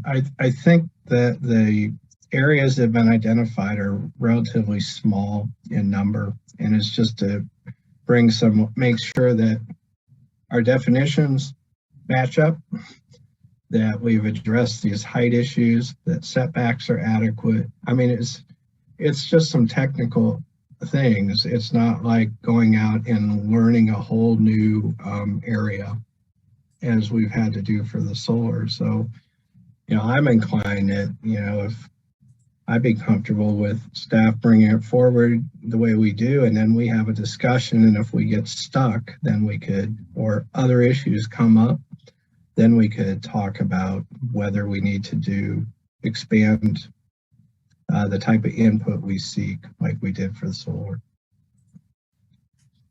So I'd be happy just with initiating the text amendment to bring everything into conformity with each other. Luke Sinclair, Chair. Thanks, Commissioner Carpenter. Any other commissioners have thoughts on that, or feelings of opposition to doing a motion to direct staff to do that? Commissioner Willey? Karen Willey, Planning Commissioner. I certainly feel the pressure to make this quick. Fully public, full input from the public as we can get it. But I do think the solar amendment took time, and necessarily took time, because like you said, we're inventing it out of whole cloth. This one, I think it's close. It just needs a little bit of attention. So I'd say, however you want to do it, I think time should be part of what's considered. Luke Sinclair, Chair. Thank you, Commissioner Willey. Maybe a question for you, Jeff. When we direct staff to sort of look into something along these lines, is it possible or even helpful to ask or to put a time limit on it? Or do we just, is it enough just to say, hey, can you guys look at this and we'd love to get it back as quickly as possible? Jeff Craig, Planning and Development Services. The direction of, as soon as possible from the commission. I think we're hearing that tonight, and we're hearing that loud and clear on our side, and we can definitely shuffle some things about them, make sure that we get them back with some due speed and course on there. So that's a good enough direction for us to know the commission's preference on that item. Luke Sinclair, Chair. Thank you, Jeff. And I guess to follow up on that, staff being tasked with another project. I understand taxes, resources, obviously, and you guys have a lot going on. I mean, is there anything that would, you probably couldn't answer this now, but maybe you could. Is there anything that would have to take a back seat if you were to prioritize that? Maybe things that we've wanted to be a priority in the past? Jeff Craig, Planning and Development Services. We do have some capacity to move around some other work that's going on, some other text amendments that are smaller or not citizen initiated, that we could kind of bring the heat down on those a little bit to kind of make space to accommodate this one. I don't have any concerns about staffing or workload at this point based on kind of what we're talking about. And kind of to your point, it's an amendment that was done about 5 or 6 years ago. And so it needs a little bit of a refresher. It wouldn't be, I don't think, a complete rewrite. So I think we should be able to accommodate that and get that back to you relatively quick. Luke Sinclair, Chair. Thank you, Jeff. Do any other commissioners have any thoughts on this? I mean, if there are no concerns, I guess I would, I would call for a motion. Commissioner Ashworth? If I can say this properly, I move that the Planning Commission directs staff to initiate a text amendment for wind energy standards. I'm not sure if I should define that a little more detailed.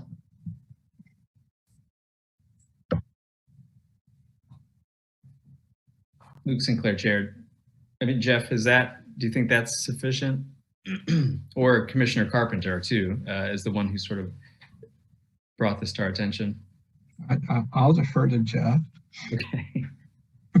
Jeff Craig, Planning Development Services. If I'm following the text amendment direction correctly, and Commissioner Ashford, please correct me if I'm wrong here, it's to review and amend the existing regulations and not scrap them. Is that correct? Correct. Okay. To initiate review of the wind energy standards. Utility scale wind energy.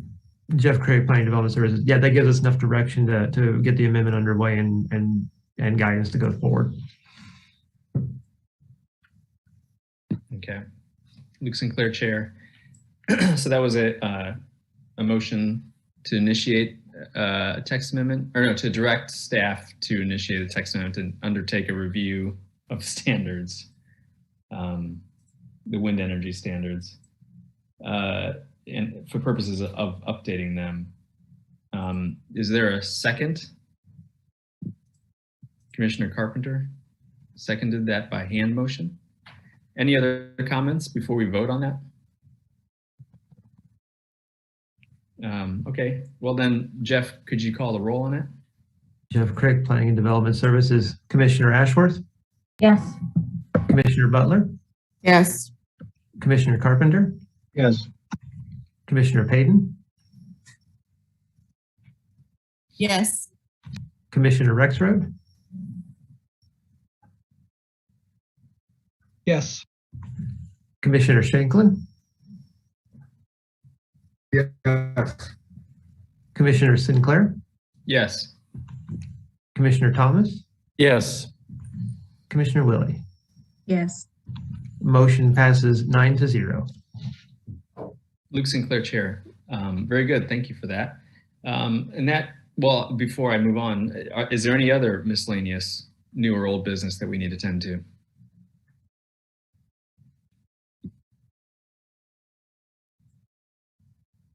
Not seeing anything on your end, Jeff? Jeff Craig, Planning Development Services. Staff has nothing else for this evening. Okay, Luke Sinclair, Chair, then that's it for the evening. Could we have a motion to recess until Wednesday? So moved. Second. Luke Sinclair, Chair. It's been moved and seconded. How about a vote? Jeff, could you read the roll? Jeff Craig, Planning Development Services. Commissioner Ashworth? Yes. Commissioner Butler? Yes. Commissioner Carpenter? Yes. Commissioner Payton? Yes. Commissioner Rexroad? Yes. Commissioner Shanklin? Yes. Commissioner Sinclair? Yes. Commissioner Thomas? Yes. Commissioner Willey? Yes. Motion passes 9-0. Very good. Thank you all so much. And I guess we'll see you Wednesday night.